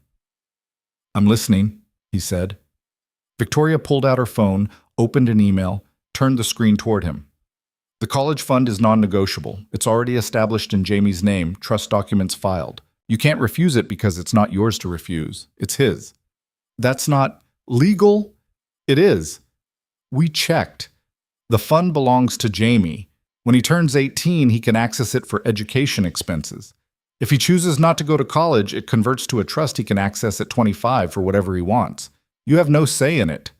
Lucas stared at the numbers on the screen. Enough for 4 years at any university, room and board, books, everything. More money than he'd see in a lifetime of warehouse work. You can't just give people money without their permission. We can, and we did. It's done. She swiped to another document. This is separate. This is what I'm actually asking you to consider. It was a job offer.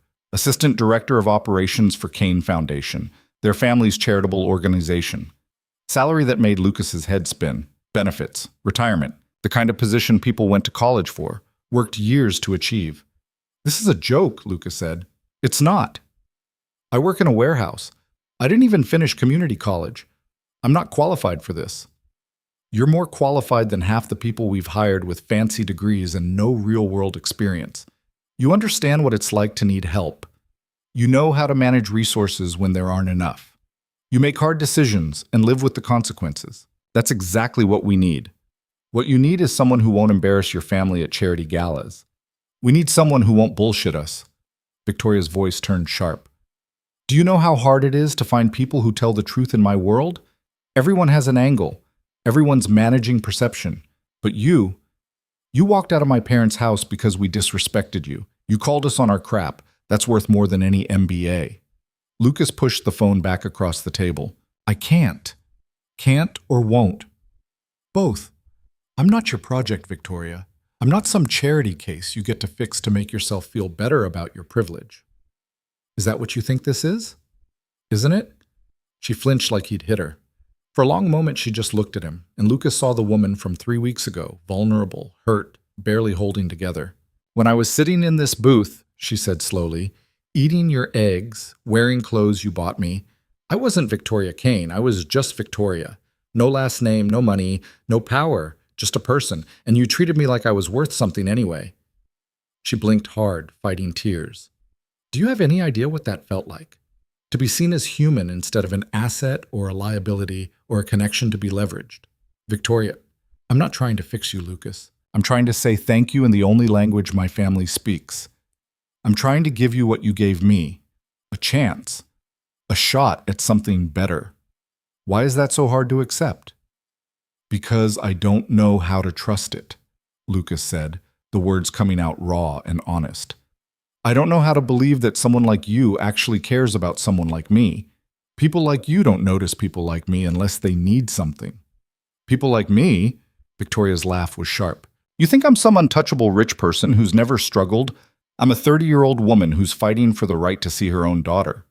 I'm sleeping in my childhood bedroom because I don't have anywhere else to go.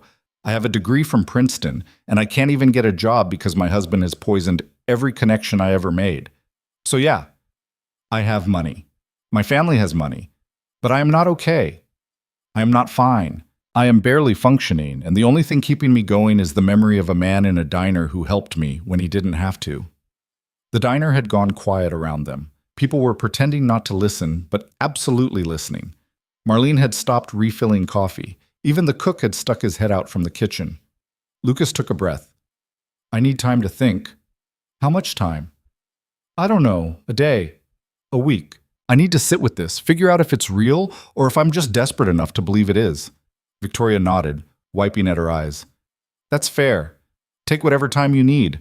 The offer stands regardless. Job, college fund, all of it. And if I say no to the job, then you say no. The fund is still Jamie's. I won't take it back out of spite. She managed a small smile. I'm not Damien. I don't weaponize generosity. Lucas wanted to believe her, wanted to trust that this was real, that good things could happen without strings attached. But trust was expensive, and he'd been broke in that currency for a long time. Can I ask you something? He said. Anything. Why me? Really? You could throw money at any number of charities, help thousands of people. Why does it matter so much that I specifically accept this? Victoria was quiet for a moment, choosing her words carefully. Because when I was lost, you found me. When I was hungry, you fed me. When I was scared, you made me feel safe. You didn't do it for recognition or reward. You did it because it was right. And in a life where everyone wants something from me, where every kindness comes with invisible price tags, you wanted nothing. She met his eyes. You reminded me that good people still exist. I need to believe that. And I need you to let me prove it back to you. The weight of it settled on Lucas's shoulders. The responsibility of being someone's hope, someone's proof that the world wasn't entirely broken. It was too much. He was just a guy trying to keep his head above water, not some symbol of human decency. But maybe that was the point. Maybe being good didn't require being special. Maybe it just required showing up and doing the right thing even when it cost you. I'll think about it, Lucas said again. That's all I ask. Marlene appeared with the check, setting it down in front of Victoria with a pointed look. $12.50. Victoria pulled out a $100 bill. Keep the change. I don't need yours. It's for him, Victoria interrupted, nodding at Lucas. For all the meals he's bought here while deciding between groceries and medicine. Consider it payment in advance. Marlene looked at Lucas. He shrugged, too tired to fight. She pocketed the money. Outside, the November sun was trying to break through clouds, not quite succeeding. Lucas stood on the sidewalk with Victoria, both of them uncertain how to end this. I should get back to Jamie, Lucas said.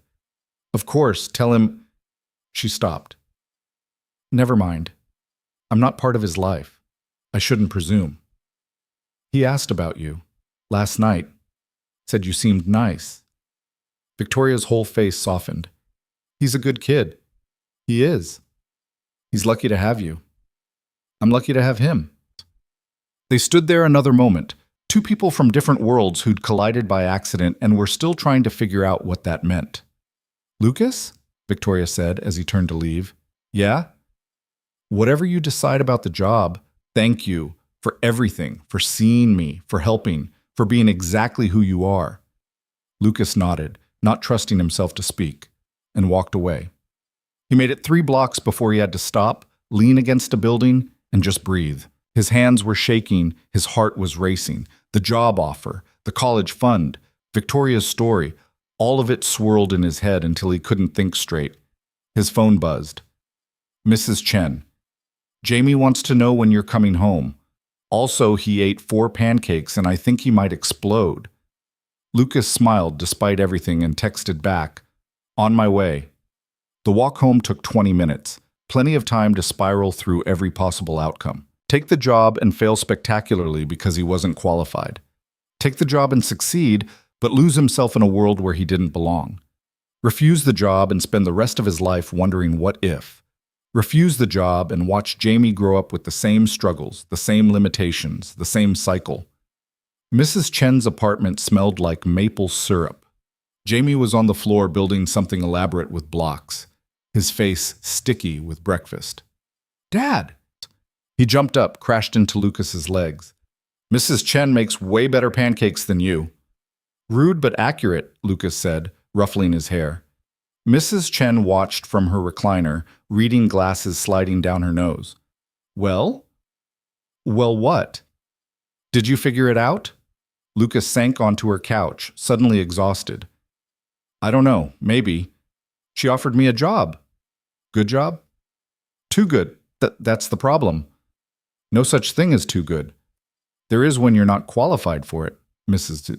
Chen made that noise again, the one that meant she thought Lucas was being an idiot, but loved him anyway. You think you're not qualified to help people? You, who's been helping me for 5 years, watching my apartment when I visit my daughter, picking up my prescriptions, fixing my sink that one time.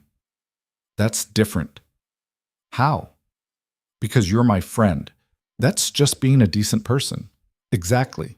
She set down her book. Lucas, you've been a decent person your whole life, and it's gotten you nothing but tired. Maybe it's time being decent got you something back. Jamie had abandoned his blocks and was now leaning against Lucas's knee, looking up at him with those big eyes. Are you sad, Dad? No, buddy, just thinking. About what? How did you explain adult decisions to a 5-year-old?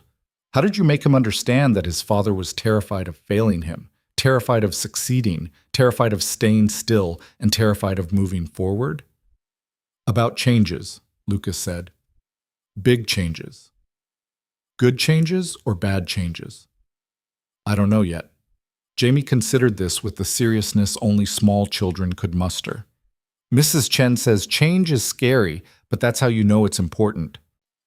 Lucas looked at Mrs. Chen, who shrugged. Korean proverb, roughly translated. It's a good one, Lucas said. He pulled Jamie into his lap, held him close, breathed in the smell of syrup and childhood and everything worth protecting. Hey, buddy, if we could live anywhere, do anything, where would you want to go? Jamie's eyes lit up. Disney World, Lucas laughed. Besides Disney World, somewhere with a backyard and a dog. Can we get a dog? Maybe someday. And a mom? The question landed like a punch. Lucas went very still. You want a mom? Jamie shrugged against his chest. Carson has a mom. She makes good cookies, but it's okay if it's just us. You make okay cookies. Gee, thanks. But if you found someone who makes good cookies and wants to be a mom, that would be okay too. Mrs. Chen was very carefully not looking at them, pretending to read her book, but Lucas saw the smile she was hiding. I'll keep that in mind, Lucas said softly. They stayed like that for a while, Lucas holding Jamie, Mrs. Chen pretending not to watch them, the Sunday morning quiet settling around them like a blanket. It was peaceful. It was enough. But enough and good weren't the same thing. And Lucas was starting to realize that maybe, possibly, he deserved good. Maybe Jamie deserved good. Maybe accepting help wasn't weakness. Maybe it was just common sense. His phone buzzed again. Unknown number, but Lucas knew who it was before he even looked. The text read, "No pressure, but the position starts December 1st if you want it. Gives you 2 weeks to decide and get your affairs in order. Whatever you choose, the college fund is Jamie's. No strings. V. December 1st, 3 weeks away. 3 weeks to decide if he was brave enough to bet on himself, to trust that good things could happen, to believe Victoria when she said she just wanted to help. Lucas looked at Jamie, still cuddled against him, already half asleep from a morning of pancakes and play.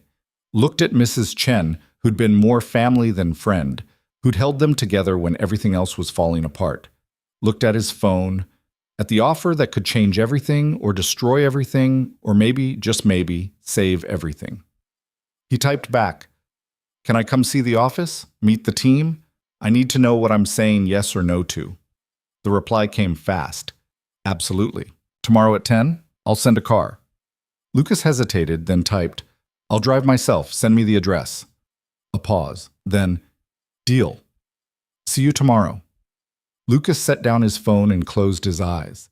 Tomorrow he'd visit the Kane Foundation, see what the job actually entailed, meet the people who'd be his colleagues or his bosses or his disaster. Tomorrow he'd be practical and smart and ask all the right questions. But today, sitting in Mrs. Chen's apartment with his son falling asleep in his arms, Lucas let himself imagine it. A real job with real benefits. A future for Jamie that didn't include struggle as a default setting. A chance, just a chance, at something better. It was terrifying. It was necessary. And for the first time in 5 years, Lucas thought it might actually be possible. Lucas's car made a grinding noise pulling into the parking garage that suggested the $600 in repairs was optimistic. He'd managed to coax it through inspection with duct tape and prayer. Enough to get him downtown where the Kane Foundation occupied 3 floors of a glass tower that probably cost more than his entire neighborhood. The lobby was all marble and modern art, the kind of space designed to make regular people feel small. Lucas stood there in his khakis and button-down, the same outfit from the estate visit, feeling exactly as out of place as he'd expected. A woman approached from the elevator bank, mid-40s, professional in a way that seemed effortless. "Mr. Hale? I'm Patricia Ruiz, Director of Operations. Victoria asked me to show you around." Her handshake was firm, assessing. Lucas recognized the look. She was trying to figure out what he was doing here, why Victoria Kane had personally requested she give a warehouse worker the full tour. "Thanks for making time," Lucas said. "Of course, follow me." The elevator was glass-walled, offering a view of the city as they rose. Patricia kept up a steady narration about the Foundation's history, its mission, the various programs they funded. Lucas tried to absorb it all but kept getting distracted by his own reflection in the polished elevator doors, a tired 32-year-old who looked exactly like what he was. Someone trying very hard to appear like he belonged somewhere he absolutely didn't. The foundation's floors were open concept, all natural light and collaboration spaces, people in business casual moving between desks and meeting rooms with the purposeful energy of those who believed their work mattered. It was so far removed from the warehouse, from the noise and the cold and the constant physical grind, that Lucas felt like he'd stepped into a different reality. "This is our main operations center," Patricia said, gesturing to a large room where maybe 20 people worked at computers, phones pressed to ears, documents spread across desks. "We manage grant applications, coordinate with partner organizations, handle logistics for our larger initiatives." "What kind of initiatives?" "Currently, we're focused on housing assistance, educational programs, and emergency family services. Last quarter, we distributed over $3 million in grants to local nonprofits." $3 million. Lucas tried to wrap his head around that number. The warehouse moved maybe half that in product value over a year, and that felt massive. This was just one quarter of giving money away. "And the assistant director position," Lucas said carefully. "What would that actually involve?" Patricia's expression shifted, something between curiosity and skepticism. "Honestly, we're not entirely sure yet. The role is new, created specifically for—" She stopped herself. Victoria wanted someone who could bridge the gap between our organization and the communities we serve. Someone with lived experience of the struggles we're trying to address. "So I'd be the token poor person," Lucas said flatly. "That's not how I'd phrase it. But it's accurate." Patricia studied him for a long moment. "Can I be frank with you, Mr. Hale?" "Please." "When Victoria told me about this position, about you, I thought it was a terrible idea. Hiring someone with no nonprofit experience, no relevant education, no background in this sector.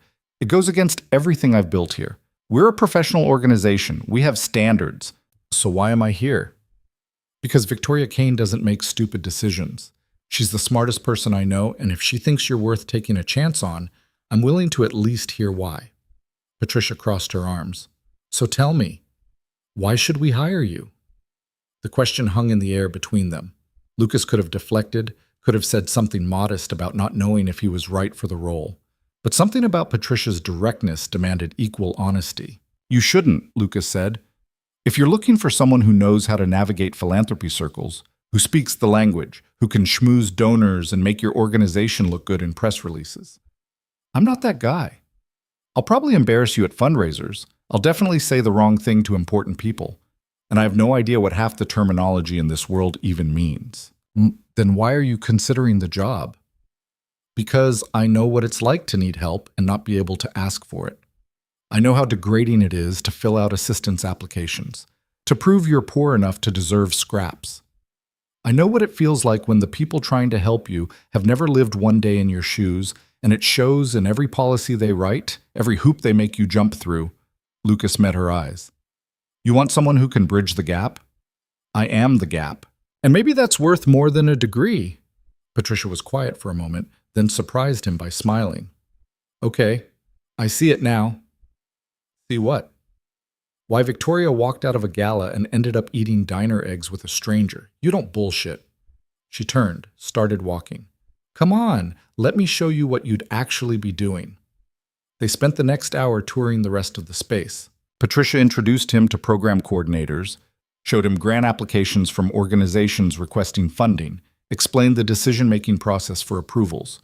It was overwhelming and fascinating in equal measure. All these people working to solve problems Lucas lived with every day, but from an angle he'd never considered.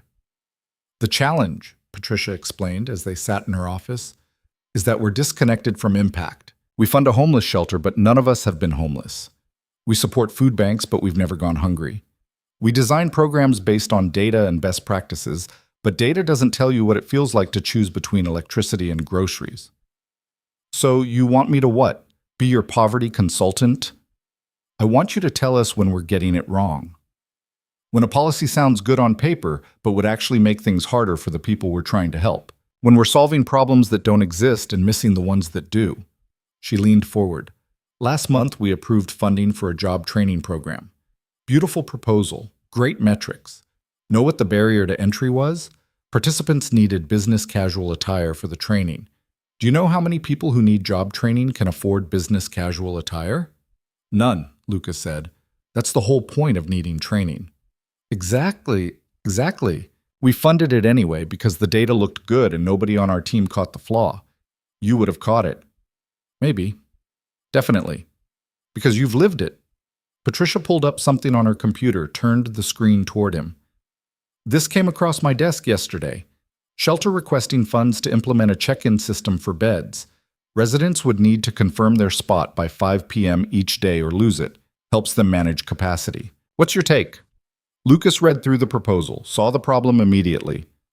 5 p.m. check-in means anyone working evening shifts can't participate, which is most service jobs, retail, food service, warehouse work. So you're excluding the working poor, the people who are one paycheck from homeless but still have jobs.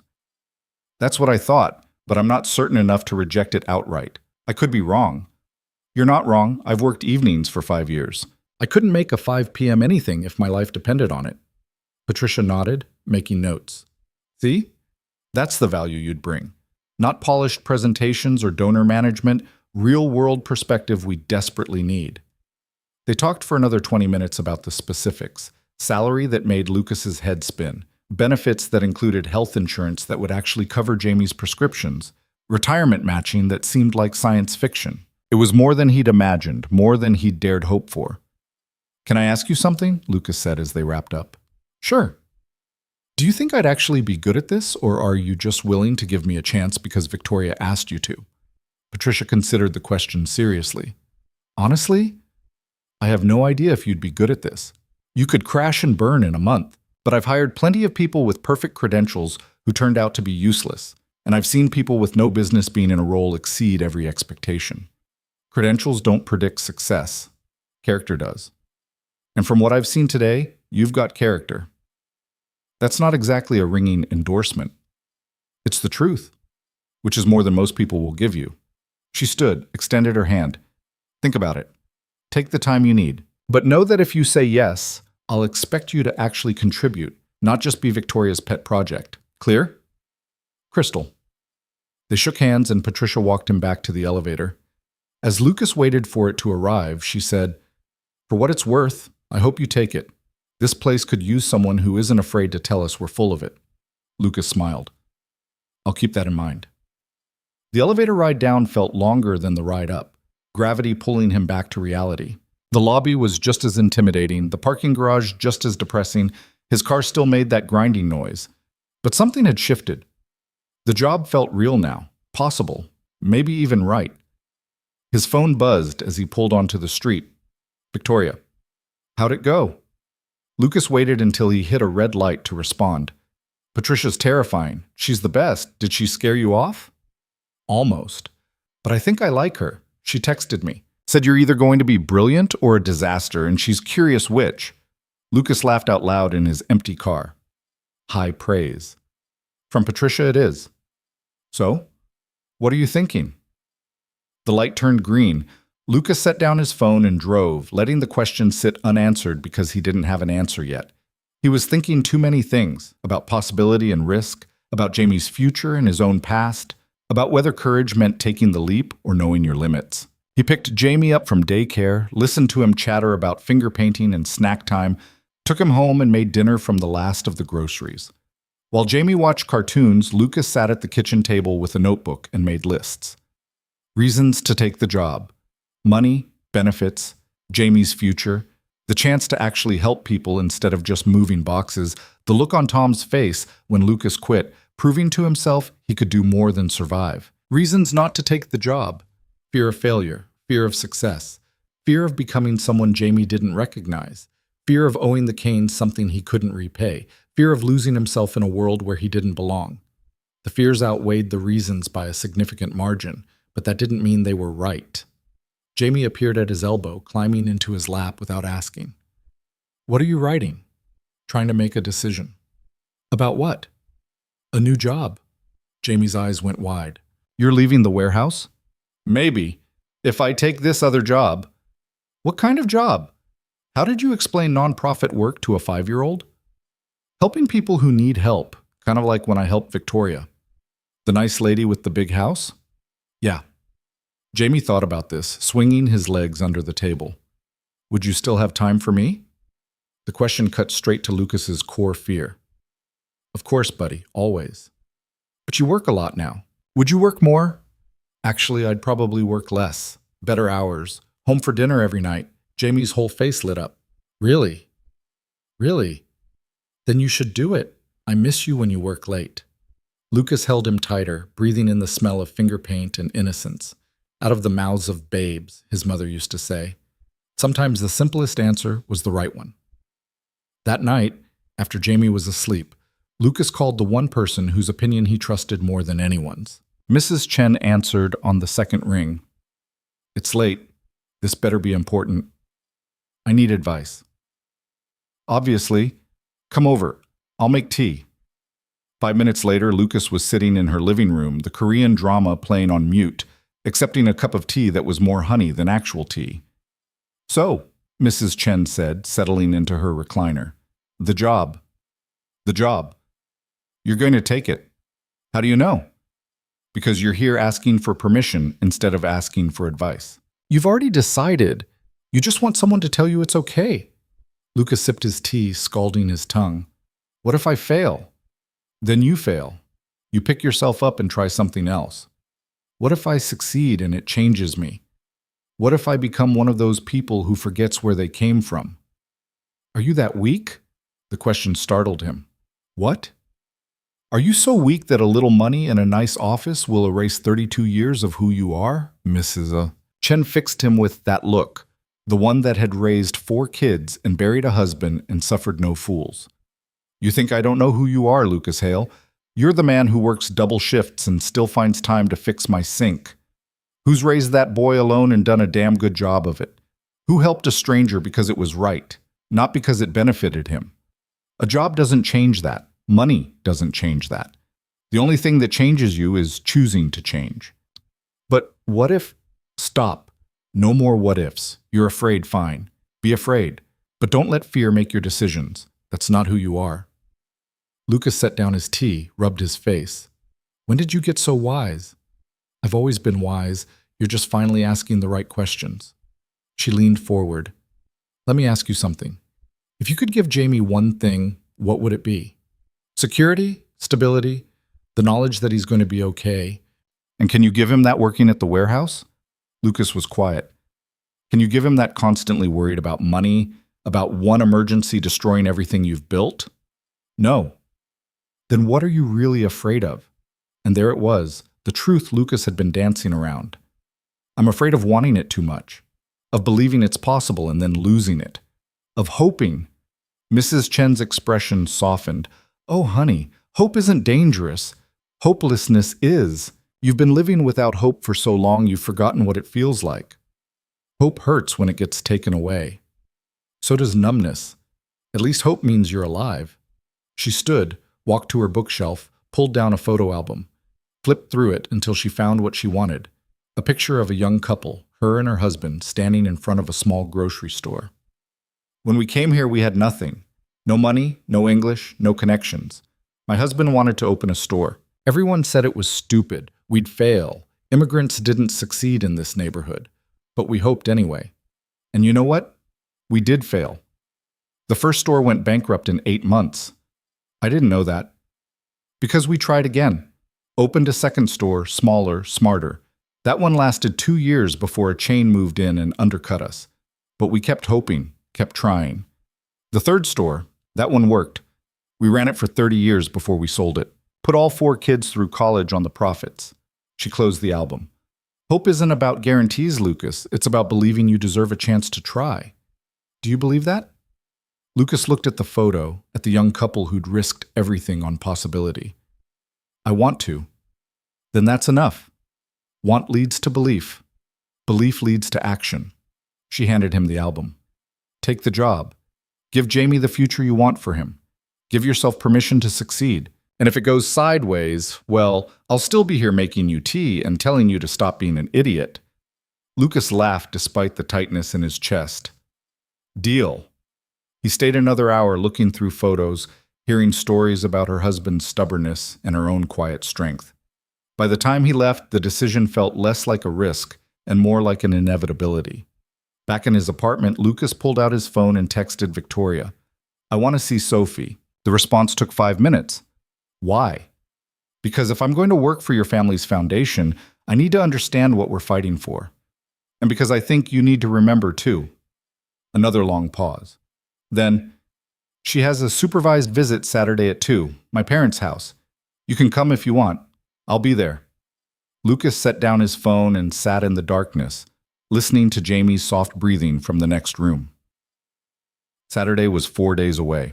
4 days to prepare himself for officially accepting a job he wasn't qualified for stepping into a world he didn't understand, for betting everything on the possibility that he could be more than he'd allowed himself to imagine. It was terrifying. It was necessary. And for the first time, Lucas thought it might actually work.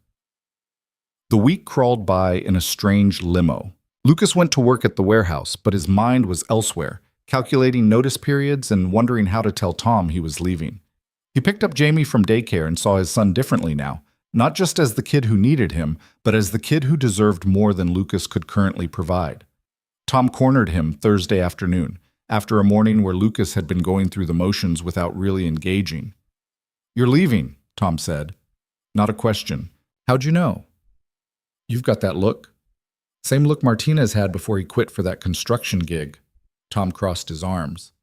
"Better offer?" "Yeah, significantly better." "Good for you, Hale. You deserve it." He actually sounded sincere. 2 weeks' notice? "If that works." "It'll have to. You're not irreplaceable, but you're reliable. That counts for something." Tom stuck out his hand. "No hard feelings." Lucas shook it, surprised by the genuine warmth. "Thanks for taking a chance on me when I needed it. You earned your keep. Now, go earn more somewhere else." Friday night, Lucas sat Jamie down for a serious talk. "Remember how I said I might get a new job?" Jamie nodded, suddenly serious in that way kids got when they sensed big news. "I'm going to take it, which means some things are going to change." "Bad changes?" "Good changes. I'll be home more. We'll have more money for things like new shoes and actually fixing the car. Maybe even saving up for that dog you want." Jamie's eyes went huge. "Really? A real dog?" "Eventually. Not right away. But it's possible now. Because of the nice lady. Because of the opportunity she gave us, yeah." Jamie processed this, chewing his bottom lip. "Will we still live here?" Lucas looked around their cramped apartment at the water-stained ceiling and the radiator that clanked and the walls so thin you could hear Mrs. Chen's television. "For now. But maybe someday we'll find somewhere with a yard." "For the dog?" "For the dog." Jamie launched himself into Lucas's arms, hugging tight. "I think this is good changes, Dad." "Yeah, buddy, me too." Saturday morning arrived cold and clear. Lucas dressed Jamie in his best clothes, a button-down that was getting too small, and khakis that were rolled at the ankle because he'd grown since Lucas bought them. Lucas wore the same outfit he'd worn to the foundation, freshly washed and ironed. "Where are we going?" Jamie asked for the 10th time. "To visit Victoria. Remember her? The nice lady with the big house." "That's the one. She has a daughter about your age. Well, a little older. 7. What's her name?" "Sophie." "Is she nice?" "I hope so." The drive to the Kane estate felt different this time, less intimidating, more familiar. The gate opened without Lucas needing to announce himself, Monica waiting at the front entrance with a smile. "Mr. Hale? Jamie, good to see you again." "Thanks for having us." "Of course. They're in the garden. I'll show you." The garden was extensive, a maze of paths and flower beds and perfectly manicured hedges. In the center, near a fountain, Victoria sat on a bench with a little girl, dark curly hair, Victoria's eyes, wearing a blue dress and sneakers that lit up when she walked. Sophie saw them first, looking up at her mother questioningly. Victoria said something Lucas couldn't hear, and Sophie nodded, shy. "Lucas," Victoria said, standing, "thank you for coming. Sophie, this is the friend I told you about, Mr. Hale, and this is his son, Jamie." Sophie gave a small wave. Jamie waved back, equally shy. "Hi," Sophie said quietly. "Hi," Jamie echoed. The adult stood there awkwardly until Sophie took charge with the direct pragmatism of children. "Want to see the koi pond?" she asked Jamie. Jamie looked at Lucas for permission. Lucas nodded. Stay where we can see you. The kids wandered off, not quite together, but not quite separate, finding that tentative space where children become friends. Victoria and Lucas sat on the bench watching them. She's beautiful, Lucas said. She looks like her father. Victoria said it without emotion, just fact. Which makes it harder sometimes, but then she smiles and she's all mine. How often do you see her? Twice a week, supervised. My mother or father has to be present. The divorce settlement stipulates that until the court decides I'm stable, I don't get unsupervised custody. That's not fair. Fair doesn't matter in family court. What matters is what you can prove, and Damien's lawyers are very good at making me look unstable. She watched Sophie point out fish to Jamie, both kids kneeling by the pond. I disappeared for 3 days. That's on record now. Doesn't matter that I was running from him. Doesn't matter that I was scared. I abandoned my child. Therefore, I'm unfit. You didn't abandon her. You were trying to protect yourself so you could be there for her. Try explaining that to a judge. Victoria's voice was tight. Every decision I make gets scrutinized. Every choice questioned. I got a job offer last month. Legitimate position, good company. Know what Damien's lawyers argued? That working full-time would take time away from Sophie, proving I prioritize career over motherhood. I don't work. I'm unstable and dependent. I do work. I'm neglectful. There's no winning. So what do? I work for the family foundation. Volunteer technically, since taking a salary would be used against me. I see my daughter twice a week for 2 hours under supervision. I go to therapy 3 times a week to prove I'm addressing my mental health. I attend co-parenting classes even though Damien never shows up. And I hope that eventually some judge will see that I'm trying and give me a real chance. Lucas watched Sophie help Jamie identify different fish, their initial shyness evaporating into easy conversation. She seems happy. She is. My parents love her, give her everything she could want, everything except her mother full-time. Does she understand what's happening? She thinks Mommy and Daddy are taking a break, that I'm living with Grandma and Grandpa for a while. She doesn't know about the court battles, or the custody evaluations, or the fact that her father is systematically destroying any chance I have of being a real parent to her. Victoria's hands clenched in her lap. Sorry, I shouldn't dump all this on you. You're not dumping, I asked. They sat in silence for a moment, watching the kids. Jamie was explaining something with elaborate hand gestures. Sophie was laughing. This is why I need you at the foundation, Victoria said quietly. Because you understand what it's like when the system fails you, when doing everything right still isn't enough, when people with power and money can manipulate circumstances until the truth doesn't matter anymore. I don't have experience with custody battles, but you have experience fighting for your kid with nothing but determination. That's what we need. People who understand that sometimes the right thing isn't the easy thing, isn't even the logical thing. It's just the necessary thing. Lucas thought about the morning he'd helped her, about choosing to miss work and risk his job because it was necessary, about all the times he'd chosen Jamie over everything else, even when it cost him. Okay, he said. Victoria looked at him. Okay? I'll take the job, on one condition. Name it. You let me help you get your daughter back. Victoria's eyes welled up. Lucas, you can't. This isn't your fight. No, it's not. But I'm making it my fight. Because you're right. The system is broken. And maybe I can't fix it. But I can be one person who shows up and refuses to let you fight alone. A tear escaped down Victoria's cheek. She wiped it away quickly, glancing toward where her mother watched from a window. I don't know what to say. Say you'll let me try. It could take years, cost money, time, energy you should be spending on Jamie. Jamie's fine. And if working for the foundation means I can help people like you, people who are doing everything right, and still losing, then that's exactly where I should be. Victoria was quiet for a long moment, watching her daughter laugh with his son. He's a good kid. So is she. They deserve better than what we've given them. Then let's give it to them. Victoria turned to face him fully, and Lucas saw the woman from the diner again, lost and afraid, and desperately hoping someone would help. But he also saw something new, strength, determination, the kind of fire that came from being knocked down and choosing to get back up. Okay, she said, you're hired. Officially, start December 1st. 2 weeks from Monday. 2 weeks from Monday. She held out her hand, formal, suddenly. Welcome to the Kane Foundation, Lucas Hale. Lucas shook it, feeling the weight of the decision settle into certainty. Happy to be here. They called the kids back, shared awkward goodbyes with promises to see each other again. Sophie hugged her mother fiercely, whispered something that made Victoria's eyes fill with tears again. Jamie took Lucas's hand and chattered all the way to the car about the fish and how Sophie knew all their names and could he please learn all the fish names too. As Lucas drove away from the estate, Jamie asked, "Dad, are we rich now?" Lucas laughed. "No, buddy, we're not rich. But you got the good job." "I did." "So things are going to be better?" Lucas thought about the job, the college fund, the chance to actually help people instead of just surviving day to day.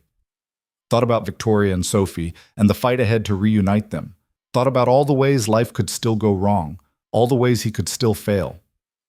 "Yeah," he said. "Things are going to be better." And for the first time in 5 years, he actually believed it. Lucas's last day at the warehouse fell on a Friday, which felt appropriate. Tom gathered the crew for a 10-minute break, presented Lucas with a card everyone had signed and a gift certificate to a restaurant Lucas couldn't afford, even with the gift certificate. The guys shook his hand, made jokes about him getting soft in an office, told him not to forget where he came from. Lucas promised he wouldn't, knowing some of them didn't believe him. Martinez pulled him aside as they were clearing out. "You really going to work for rich people?" "Trying to help people, actually. The rich people just sign the checks." "Same thing, man." "Maybe. Guess I'll find out." Martinez studied him, then nodded slowly. "You were always too smart for this place anyway. Good luck." Lucas drove home in the car that still made grinding noises, but now felt temporary instead of permanent. He'd already started looking at used vehicles, something reliable that wouldn't strand him and Jamie on the side of the road. The kind of looking that included actually having money for a down payment instead of just browsing and dreaming. Jamie was with Mrs. Chen, who'd made her famous dumplings to celebrate Lucas's last day of warehouse work and first weekend before the new job. When Lucas walked in, Jamie launched himself from the couch. "Dad, Mrs. Chen said we're celebrating." "We are. Big changes coming." "Good changes," Jamie corrected, parroting what Lucas had told him. "The best changes." They ate dumplings and watched a movie, Jamie falling asleep halfway through against Lucas's side. Mrs. Chen watched them both with that expression she got sometimes, the one that was part affection and part sadness. "What?" Lucas asked quietly. "Nothing. Just remembering when my kids were small like that goes fast. Not fast enough some days. You'll miss it when it's gone. Trust me." She stood, gathering dishes. "You nervous about Monday?" "Terrified." "Good. Means you care. Means it matters." "What if I'm not smart enough for this?" Mrs. Chen paused in the doorway, dishes in hand.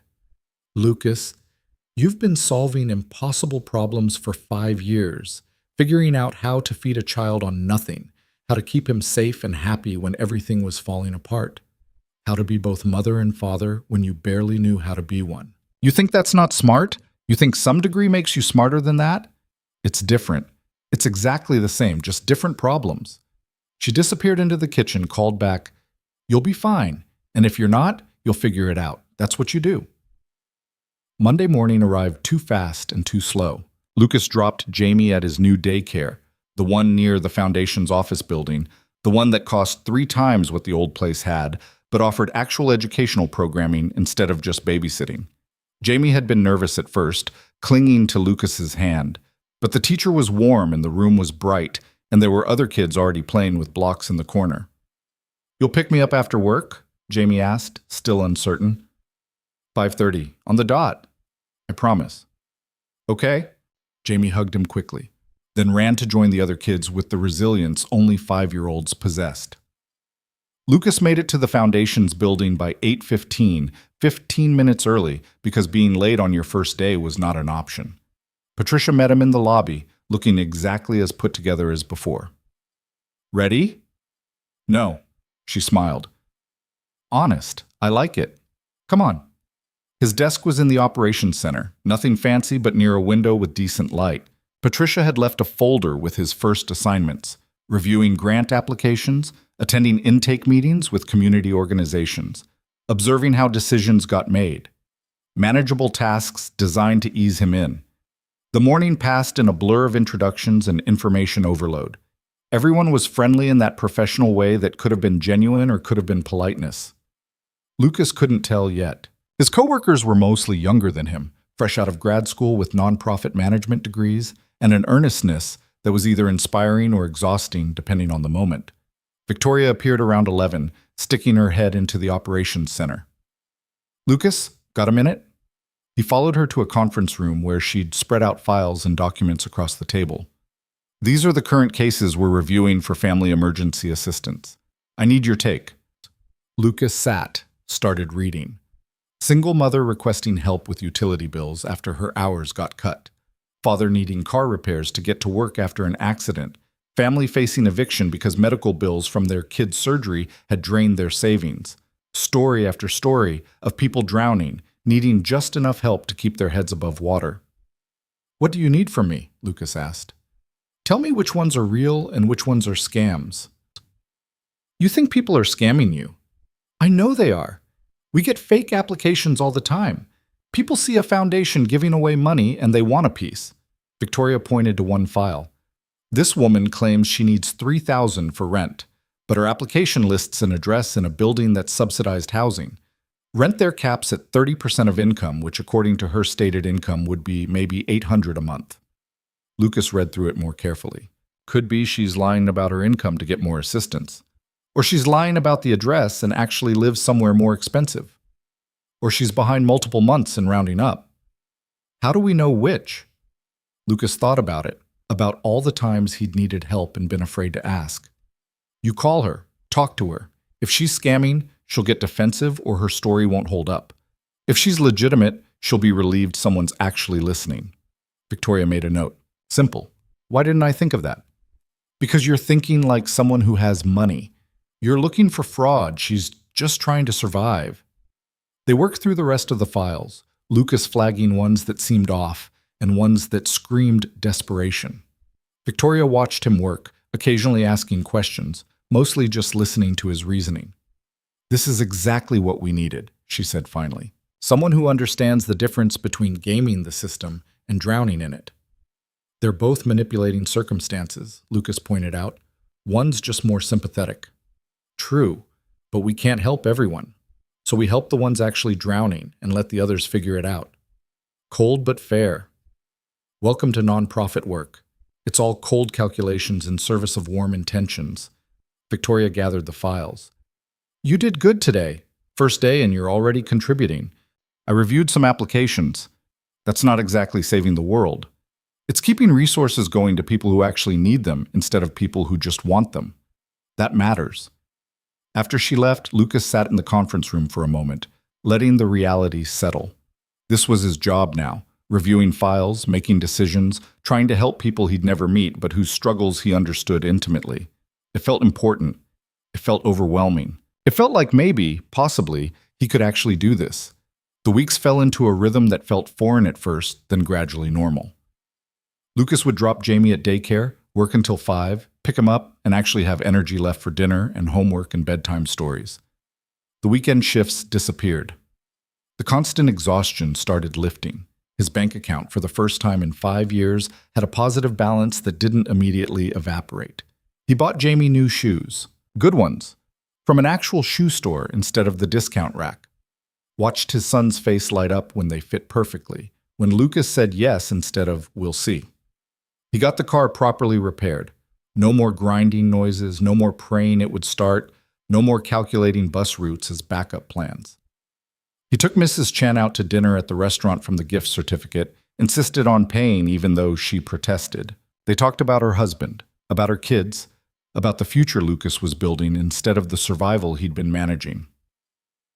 You look different, she said over dessert. How? Less tired, less afraid. Like you remember what hope feels like. Lucas thought about that. Yeah, I guess I do. But not everything was smooth. There were days when Lucas felt like an imposter, sitting in meetings discussing budget allocations and strategic initiatives with people who threw around terms he had to secretly Google. Days when his coworkers made casual references to grad school, or study abroad, or family vacations, And Lucas had nothing to contribute because his life experience didn't include those things. Patricia caught him one afternoon, 3 weeks in, sitting at his desk staring at his computer without actually working. "What's wrong?" "Nothing." "Liar. Talk to me." Lucas gestured at his screen, at the proposal he'd been trying to write for an hour. "I don't know how to do this. I can review applications all day, but writing actual proposals, presenting to the board, that's not me." "Then learn." "I'm trying. It's just everyone else here makes it look easy." "Because they've been doing it for years. You've been here 3 weeks." Patricia sat on the edge of his desk. "Lucas, you want to know a secret? Half the people here have no idea what they're doing either. They're just better at faking it." "That's not reassuring." "It should be. Means you're not uniquely incompetent. You're just new. Give yourself time to learn. And if I don't learn fast enough, then I'll tell you. I'm not going to let you fail quietly. If you're screwing up, you'll know." She stood. "But for the record, you're not screwing up. You're adjusting. There's a difference." The proposal took Lucas another week to finish, with help from Patricia and Victoria and a colleague named Marcus who was patient enough to explain things without making Lucas feel stupid. When he finally presented it to the board, a request for funding to expand emergency housing assistance, his hands shook and his voice cracked, but he got through it. Afterward, Victoria found him in the hallway. "You did great." "I stumbled over half my words." "You were authentic. They ate it up." "Really?" "Really." Alexander even said afterward that it was the most genuine presentation he'd heard in years. Coming from him, that's basically a standing ovation. Lucas leaned against the wall, letting the adrenaline drain. "I hate public speaking." "Everyone does. You'll get better." "Promise?" "No, but you'll get more comfortable being uncomfortable." "That's almost the same thing." December became January. The holidays passed in a blur of Jamie's excitement over gifts they could actually afford, over a real Christmas tree instead of the sad plastic one from the thrift store, over new traditions forming in the spaces where struggle used to live. Victoria's custody battle dragged on. Lucas attended court proceedings when he could, sat in the gallery, and watched lawyers argue over supervised visits and parenting time, and whether a woman who'd fled her abusive husband deserved to be punished for prioritizing her safety. The judge was cold, methodical, unconvinced by emotion, and focused on procedure. After one particularly brutal hearing where Victoria's lawyer got demolished on a technicality, Lucas found her crying in the courthouse bathroom hallway. "I'm going to lose her," Victoria said. "Damien's going to win, and I'm going to lose my daughter." "You're not going to lose her. You don't know that." "I know you're fighting. I know you show up to every hearing, every supervised visit, every therapy session. I know Sophie loves you. That has to count for something." "It doesn't. Not in family court. All that counts is what you can prove, and Damien can prove I'm unstable because I ran. Doesn't matter why I ran, just that I did." Lucas sat down next to her on the floor, both of them in their court clothes in a courthouse hallway like they were waiting for sentencing. "When Jamie's mother left, I was terrified, not just of raising him alone, but of failing him, of not being enough. Every day I was convinced I was screwing up, that he'd be better off with someone who knew what they were doing." "But you didn't fail him." "I did, actually, lots of times. I fed him cereal for dinner more times than I can count. I forgot parent-teacher conferences. I missed his first soccer game because I had to work. I've made every mistake you can make as a parent." Lucas looked at her. "But I kept showing up. Every single day, no matter how hard it got, I showed up. And that's what you're doing. You're showing up for Sophie even when the system makes it nearly impossible. That's not failure. That's love." Victoria wiped her eyes, mascara smearing. "What if it's not enough? Then we try something else. We keep fighting until we find something that works." "We? You think I'm going to let you do this alone?" She laughed, watery and broken. "You're either the best person I've ever met or completely insane." "Probably both." They sat there another few minutes before getting up, straightening their clothes, walking out of the courthouse into the cold January afternoon. The fight was far from over, but at least Victoria wasn't fighting it alone anymore. February brought a breakthrough. Lucas had been digging through the Foundation's old files, looking for patterns in successful emergency assistance cases, when he found something odd. A series of applications from 5 years ago, all approved, all for families in crisis. Nothing unusual except that one of the approving signatures was from Damien Kane, Victoria's husband, back when he'd briefly worked for the foundation before moving to finance. Lucas pulled up the case files, started cross-referencing addresses and names. Half of them were fraudulent. Fake families, fake crises, money disappearing into accounts that traced back to shell companies. He brought it to Patricia first, then Victoria, then the foundation's lawyer. "This is embezzlement," the lawyer said, looking at Lucas's documentation. "If we can prove Damien knew these were fake, we can bring criminal charges." "Can we prove it?" Victoria asked. "Maybe. These applications are suspiciously well crafted. Someone who didn't know the system wouldn't have known which buttons to push for automatic approval. Someone on the inside would." "So we investigate," Lucas said. "We build the case, and we use it." "Use it how?" Victoria looked between them. The lawyer smiled grimly. "Leverage. In your custody case. Damien wants to paint you as unstable? Fine. We paint him as a criminal. See which story the judge believes." It took 3 months to build the case properly. 3 months of Lucas working late nights, tracking down old files, interviewing former colleagues who remembered Damien's time at the foundation. 3 months of Victoria hoping and Lucas refusing to let that hope die. The custody hearing in May was different from all the others. Victoria's lawyer came loaded for war, with documentation and witnesses and evidence that Damien Kane had not only embezzled from a charitable foundation, but had used his position to systematically defraud families in crisis. Damien's lawyers scrambled, objected, tried to claim the evidence was inadmissible. But the judge was listening now, really listening, in a way she hadn't before. "Mr. Kane," the judge said during cross-examination, "did you or did you not approve these fraudulent applications while employed at Kane Foundation?" Those were mistakes, errors in judgment. 15 errors, all coincidentally leading to money in accounts you controlled? "I was young. I didn't understand the protocols. But you understood them well enough to circumvent multiple safety checks." The judge's voice was ice. "Mr. Kane, I'm not inclined to believe that someone who defrauded a charity is the most stable parental influence." The ruling came 2 weeks later. Shared custody, unsupervised visits for Victoria, gradual increase in parenting time with the goal of 50-50 within 6 months. It wasn't perfect, but it was progress. It was hope made real. Victoria called Lucas the moment she got the news, her voice breaking with relief. "We did it. You did it. No. I couldn't have done this without you." Lucas sat in his office, looking out at the city, thinking about how 3 months ago he'd been moving boxes in a warehouse, and now he was helping reunite a mother with her daughter. "Happy to help." "Lucas, I mean it. Thank you. For everything. For believing in me when I couldn't believe in myself. That's what friends do." The word hung there, new and significant. Friends. Somewhere in the last 6 months, that's what they'd become. Not charity case and benefactor, not employee and boss, but actual friends who'd been through hell together and come out the other side. "Yeah," Victoria said softly. "That's exactly what friends do." June brought Sophie's 8th birthday and the first party Victoria got to host herself, at her new apartment, small but hers, independent from her parents' estate. Lucas and Jamie were invited, along with a handful of Sophie's school friends and Victoria's family.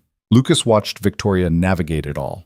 The cake, the presents, the chaos of 8-year-olds hopped up on sugar. She was different now than the woman who'd stumbled into Murphy's diner 7 months ago. Stronger, steadier, still scarred but healing. Jamie and Sophie had become genuine friends, the age difference mattering less than their shared experience of single parents fighting to build good lives from broken circumstances. They sat together at the party, Sophie explaining the complex social hierarchy of 3rd grade, while Jamie listened with rapt attention. Margaret Kane approached Lucas near the end of the party, her expression unreadable. "Mr. Hale, can we talk?" They stepped out onto Victoria's small balcony, away from the noise. "I owe you an apology," Margaret said without preamble. "For what?" "For the background check. For treating you like a threat instead of the gift you turned out to be. For not trusting my daughter's judgment." Lucas shrugged. "You were protecting her." "I get it. Still, I was wrong about you, and I'm woman enough to admit it." She looked back through the window at Victoria laughing with Sophie. "She's happy, really happy. I haven't seen her like this in years. She did the work. I just showed up. You did more than show up. You reminded her what kindness looks like, what integrity looks like. In a world where everyone wanted something from her, you wanted nothing. That changed everything.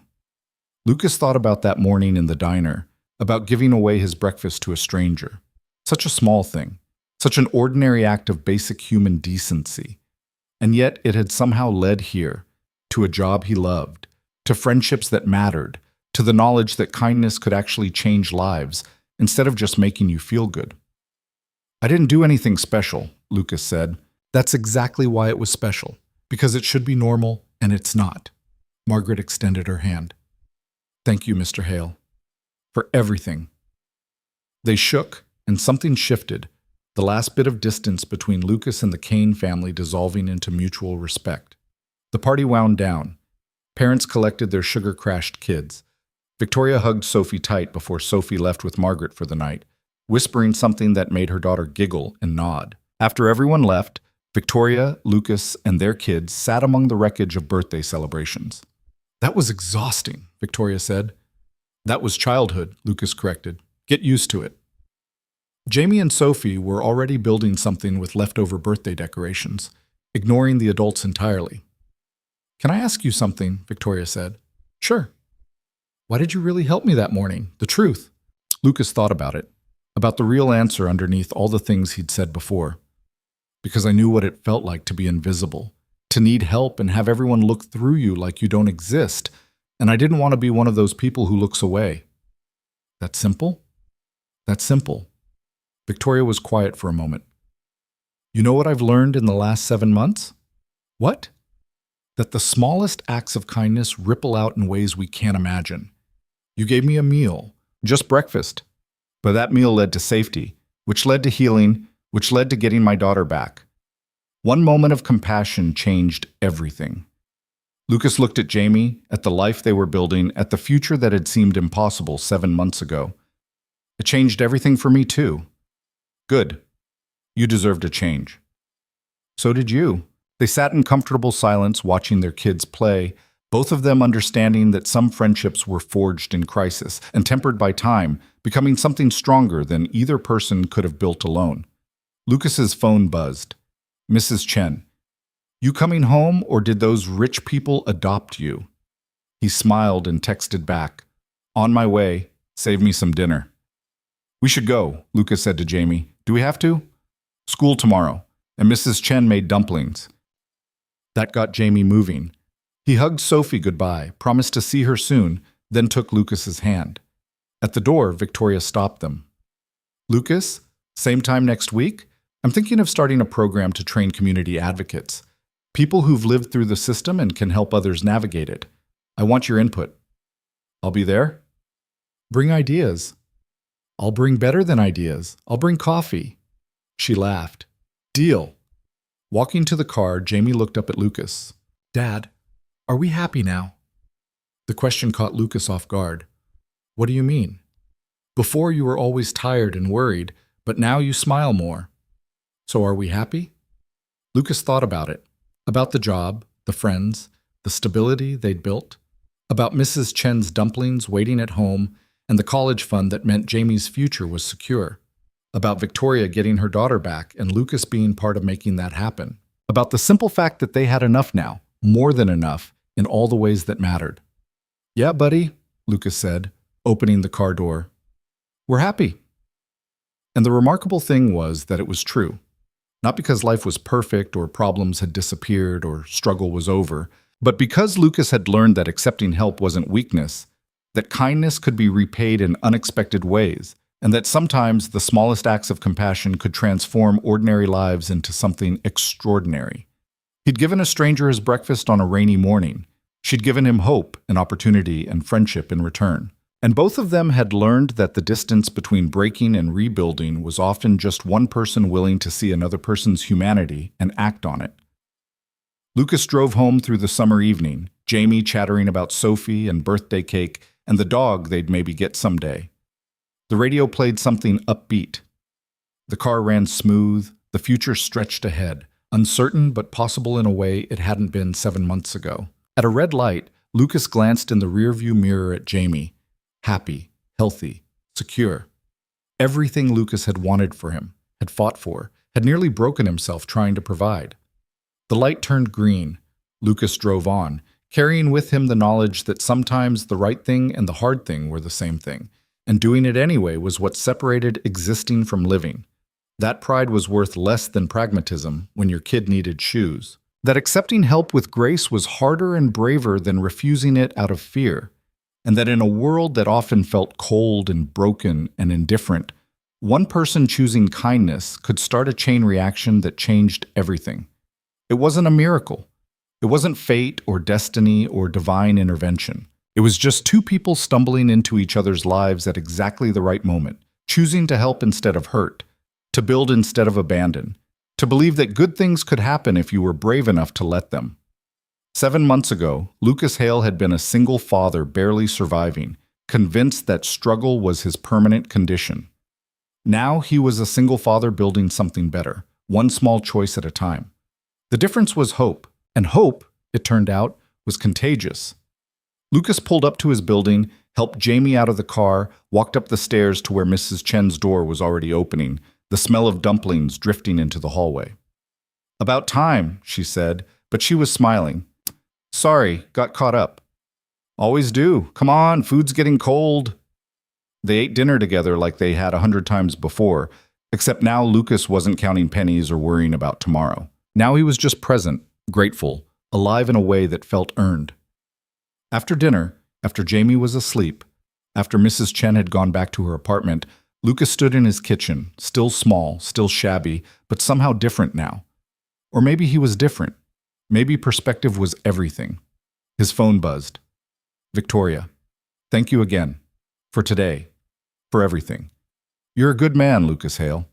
Lucas smiled and typed back, "Just trying to be the kind of person my kid can be proud of. Mission accomplished. See you Monday." Lucas set down his phone and looked around his apartment one more time. Someday they'd move, find somewhere with a yard for that dog Jamie wanted. But not yet. Not tonight. Tonight, this was enough. This was home. This was happiness built from kindness, sustained by hope, and proven by the simple fact that showing up for people, even strangers, especially strangers, mattered more than any of us probably realized. Lucas turned off the lights and went to bed, where he fell asleep easily for the first time in years, dreaming of ordinary days ahead filled with extraordinary small moments of grace. And in the morning, when he woke to Jamie's laughter and sunlight streaming through the window, Lucas carried with him the knowledge that he'd been right 7 months ago in that diner. Sometimes fixing the piece in front of you was enough. Sometimes it was everything.